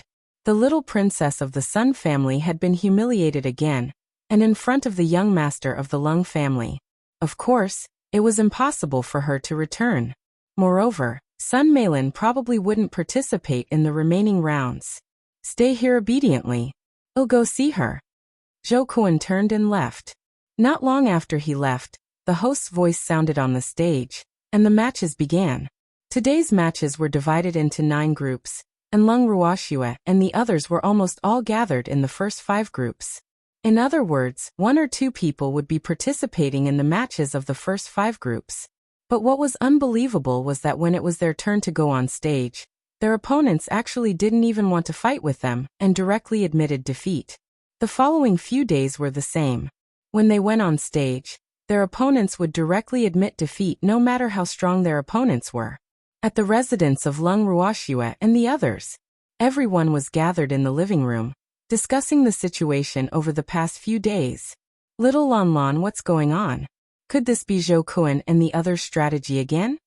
Old Zhao asked in bewilderment. For some reason, advancing too easily made him feel a little uneasy. I don't know either. This has never happened before, Lan Ming said gloomily. In the past few days, many presidents of Mystic Association branches had congratulated him because Lung Ruoxue and the others had already entered the top 20. Mystics who could enter the top 20 had the chance to be accepted as disciples by the elders of the headquarters. This was a great thing for mystics. But he knew that Lung Ruoxue and the others didn't care about this at all. I still say the same thing. Well, deal with whatever comes. You're thinking too much, Lung Ruoxue said calmly as she leaned in Freak's arms. Schwer is right. It's useless to think about this now. I think those people think they're not our match, so they want to preserve their strength to prepare for the additional round with all their might, Lung Qingtian guessed. Little Lon Lon, tell me more about how the final 20 will compete. Lung Ruoxue said. After advancing to the top 20, there would also be a 3-day break. Moreover, the rules of the competition would be different from the previous rounds. The 20 of you will be divided into 5 groups. Each group will have 4 people to carry out a round-robin match every day. After the round-robin is over, the 2 with the highest points will enter the finals, Lan Ming explained. Why is it so troublesome? Lung Ruoxue said speechlessly. It was another round-robin. Fortunately, it was only groups of 4. She would be depressed to death if it was a 20-people round-robin. This is also for the fairness of the competition. They won't let any talent go to waste, Lan Ming said. In fact, he felt that the schedule of the competition was quite reasonable. Unfortunately, the little girl found it too troublesome. Fair? Why don't I see it? Lung Ruoxua said mockingly. Would Sun Meilin directly enter the top 20 if it was really fair? She originally thought that that woman wouldn't dare to show her face openly after losing her face twice. But she unexpectedly appeared shamelessly. Moreover, she replaced a mystic who voluntarily withdrew from the competition. And that mystic happened to be one of the top 20. Lan Ming really didn't know what to say. He seemed to be often at a loss for words after getting to know Lung Ruoxua and the others. Little Lan, I can't tolerate sand in my eyes, so don't put in good words for the headquarters, Lung Ruoxua said. She had a bad impression of the headquarters to begin with, and now her impression of the headquarters could be said to be even worse because of Sun Meilin. Anyway, she was only willing to participate in the competition for the rewards, so she really didn't take those rotten things from the Mystic Association headquarters to heart. Alas! Lan Ming sighed heavily. Swear, guess which one of us Sun Meilin will be grouped with. Old Zhao hurriedly tried to smooth things over when he saw that the atmosphere was a little off. It definitely won't be me. Grandpa Lin, and Old Man have a pretty good chance, Lung Ruoxua guessed. Sun Meilin had to be picky when picking those she thought were pushovers. Probably in Sun Meilin's eyes, although her grandfather and the other two were relatively strong, they would be easier to deal with, so it was very possible that Sun Meilin would choose one of the three to be her opponent. Why not me? Aren't I the weakest among us? Old Zhao asked curiously. In fact, he really hoped to meet that annoying woman in the group round robin. He had to use his giant dragons but to flatten her for all her smugness. She won't choose an opponent with a dragon, Lung Ruoxua said understandingly. Ordinary beasts would find it difficult to resist the might of a dragon unless Sun Meilin could possess a transcendent divine beast. They are too gutless. I'm not afraid of those dragons, Icy interrupted. The fear of those humans toward the dragons made him very displeased. One had to know that he was stronger than those dragons. Little Icy is the best. Lung Ruoxua coaxed as 2 drops of cold sweat dripped down her forehead. She had heard Feng Zhan mention that they were both king divine beasts, but the Qilins were indeed a little stronger than them. Even though Feng Zhan's face was very unconvinced when he said it. Little Snowy has good taste. But our race is few in number. We will still be at a disadvantage if we fight in groups, Icy said impartially. Qilins, dragons, phoenixes, and white tigers were the 4 great king divine beasts. Although Qilins were stronger than the other 3 races, it was a pity that their race's reproductive ability was very poor, while the other 3 races were very fertile. This was absolutely the greatest sorrow of Qilins.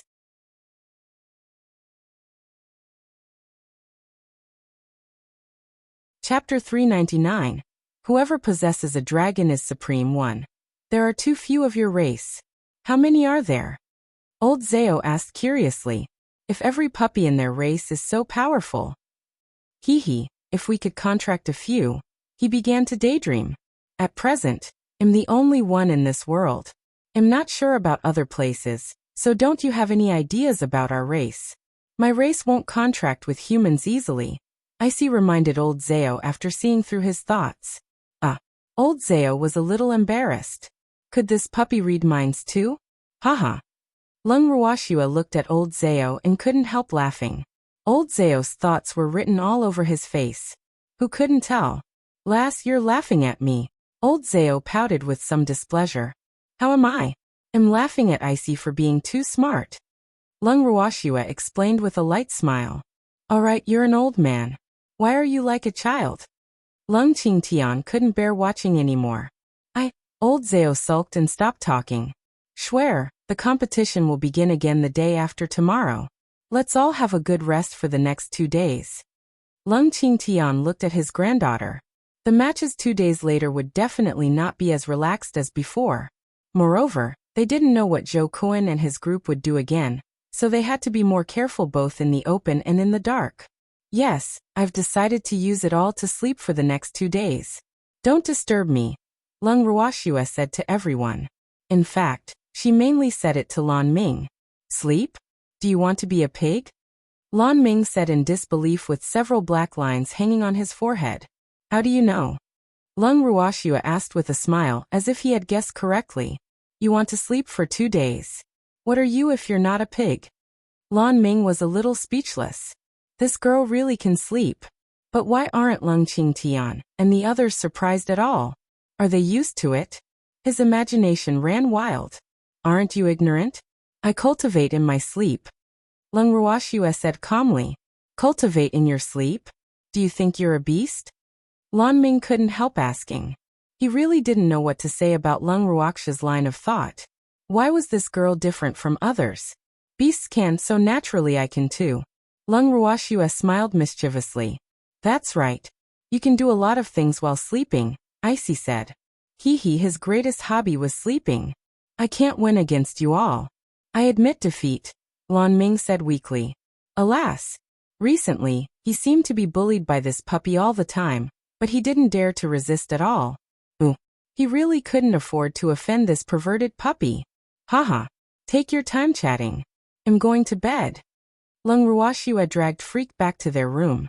After returning to their room, Lung Ruoxua brought Freak and Icy into the bracelet with a thought. Master. Icy pounced toward Empty as soon as he entered the bracelet. Aha, Icy, you're here. Empty had been staying in the space for the past few days and cultivating every day. So his injuries were much better.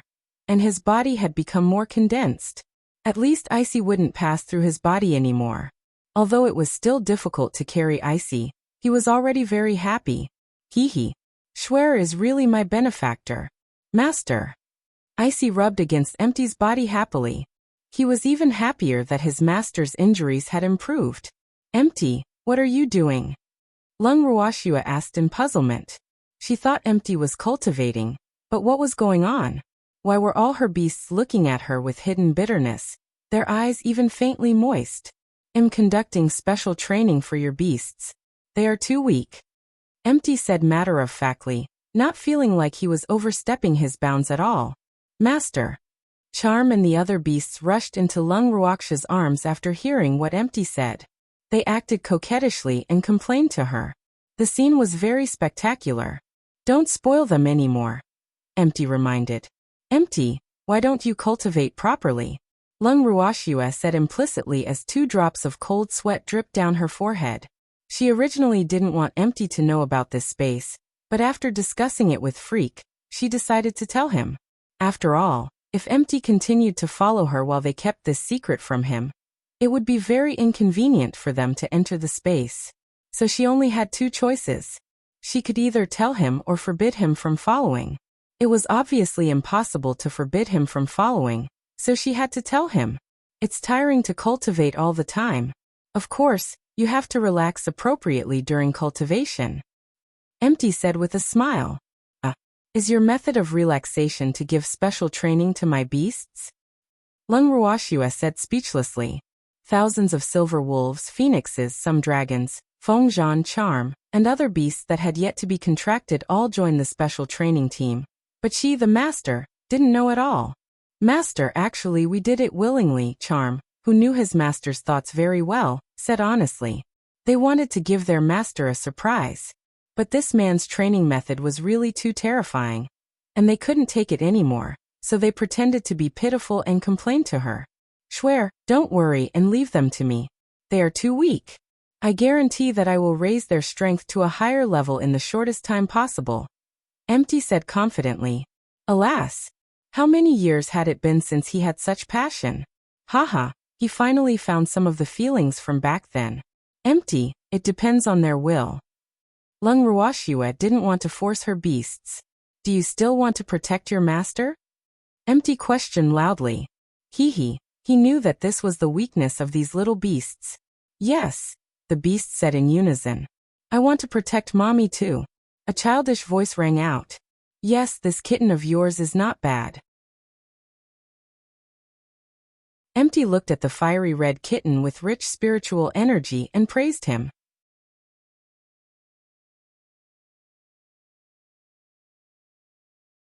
Chapter 400. Whoever possesses a dragon is supreme too. Empty, he can't undergo special training. He's not a beast. Lung Ruoxua hurriedly picked up Little Fire. Oh, it's obviously a cat. Empty said doubtfully. His bright starry eyes kept looking at the little red cat, wanting to find some clues from him. Master, he's the spirit of a heavenly material and earthly treasure. Icy rolled his eyes. Alas, Master's eyesight has regressed. Really? Empty looked at the small red kitten curiously, his handsome face full of surprise. Wasn't this girl's luck a little too good? I'm a cat. Meow. Meow. Little Fire protested. He even deliberately meowed twice to prove that he was a real cat. Little Fire, you're not a cat. 2 drops of cold sweat dripped down Lung Ruoxia's forehead. She didn't know when Little Fire had started treating himself as a cat. Alas, she was really helpless against his persistence. If Mommy says so, Little Fire said aggrievedly, his big pink eyes brimming with tears. Haha, Schwer, your beasts are all very interesting. Empty couldn't help laughing. He finally realized that these beasts of Schwer, apart from being scheming, also liked to pretend to be pitiful in front of their master. Yes. Lung Ruoxua looked at Little Fire with a slight headache. This little fellow actually learned this move. Alas, was she destined to be eaten up by her beasts? And that damn freak. Empty, since they want you to conduct special training, then teach them. But you have to show mercy. Lung Ruoxua reminded. Don't worry. I will show mercy. Empty said with a smile. Lung Ruoxua nodded, and then pulled Freak into the purple bamboo house. 2 days later, Lung Qingtian and the others gathered in the courtyard. Little Lon Lon, can you stop pacing around? Old Zhao couldn't take it anymore. He was about to faint from Lan Ming spinning around. Why aren't Little Snowy and the others out yet? It's almost time, Lan Ming said anxiously. The group round robin would officially begin today. They should have arrived at the venue earlier, but that girl actually hadn't come out yet even though the time for the matches was approaching. Is she still not awake? He couldn't help guessing. In fact, he originally wanted to wake them up, but these people all stopped him from going. They said that he couldn't barge into a girl's room as a man. Ooh, they were thinking too much. He just wanted to call from the door. Calm down. Schwer has a sense of propriety. She won't be too late, Lung Qingtian said. Sigh. Alright then. Let's wait another 10 minutes. We'll go to the competition venue first if they're not out yet. Otherwise, someone might think we've given up. Lan Ming said helplessly with a heavy sigh. There's no need to wait. We're out. Lung Ruoxia's voice sounded from behind everyone. Little ancestor, you're finally out. Lan Ming sighed in relief. Little Lon Lon, calm down, Lung Ruoxua teased. Grandpa, this is for you, Lung Ruoxua said to Lung Qingtian and the others and handed each of them a small bamboo tube. The bamboo tubes were small and exquisite, translucent like white jade, and looked very beautiful. Lin Liang opened the bamboo tube and took out a needle as thin as a cow's hair. Ruoxua, what is this? He asked in puzzlement. This needle was about 5 centimeters long, transparent, thin, and soft. This small bamboo tube actually contained nearly 10,000 such tiny needles. Hidden weapon. Lung Ruoxua said lightly. How do we use this? Feng Jing asked with interest. He didn't expect Ruoxua to disappear for 2 days just to refine hidden weapons. You can usually hang this bamboo tube on your body as an ornament, and you can use it as a hidden weapon at critical moments. Do you see this button? As long as you press it, hundreds of needles will be shot out in succession, which will definitely turn the enemy into a porcupine. Moreover, the needles are coated with poison, so you have to use it carefully. Lung Ruoxua pointed at an inconspicuous little bump at the bottom of the bamboo tube. Ah, so powerful? Lung Qingtian and the others were surprised. These were really too useful for them. In fact, no matter what equipment it was, they should not seek the best but only what was most suitable for them. These bamboo tubes looked very simple, but they were convenient for them and wouldn't attract too much attention.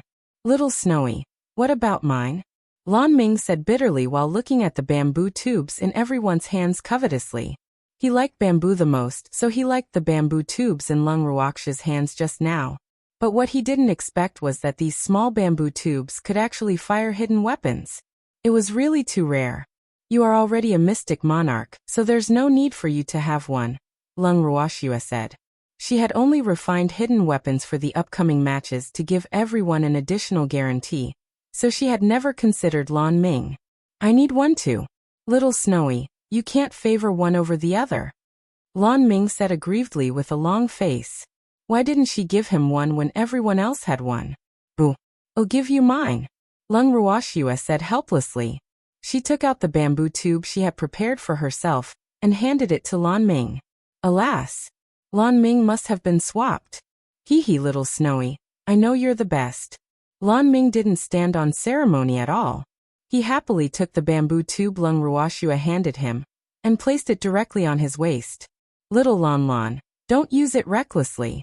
There's no antidote for the poison on the needles, Lung Ruoxua reminded. Ah, no antidote. Then what if? Lan Ming only spoke halfway before staring at Lung Ruoxua fiercely. That person will definitely die, so don't use it lightly unless it concerns your life and death, Lung Ruoxua said. Oh, I understand. I won't use it recklessly, Lan Ming said fearfully. It was a poison that would definitely kill. Whoever got hit would be unlucky. Ruoxua, I took a needle just now. Will I be okay? Lin Liang asked fearfully. Ooh, why didn't the naughty girl say so earlier? It's okay. The poison won't act unless it enters the body, Lung Ruoxua comforted.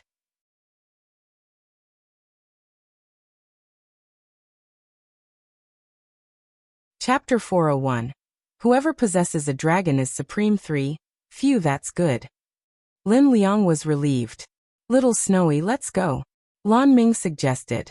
Let's go. Lung Ruoxua nodded slightly. Everyone left their residence and headed straight for the competition venue. After entering the competition venue, Lan Ming went to draw lots as usual, and Lung Ruoxua and the others naturally went to their seats to wait for him. Wow, there are even more people today, Old Zhao said excitedly after sitting down. The competition hadn't yet officially begun, but the audience seats were already full.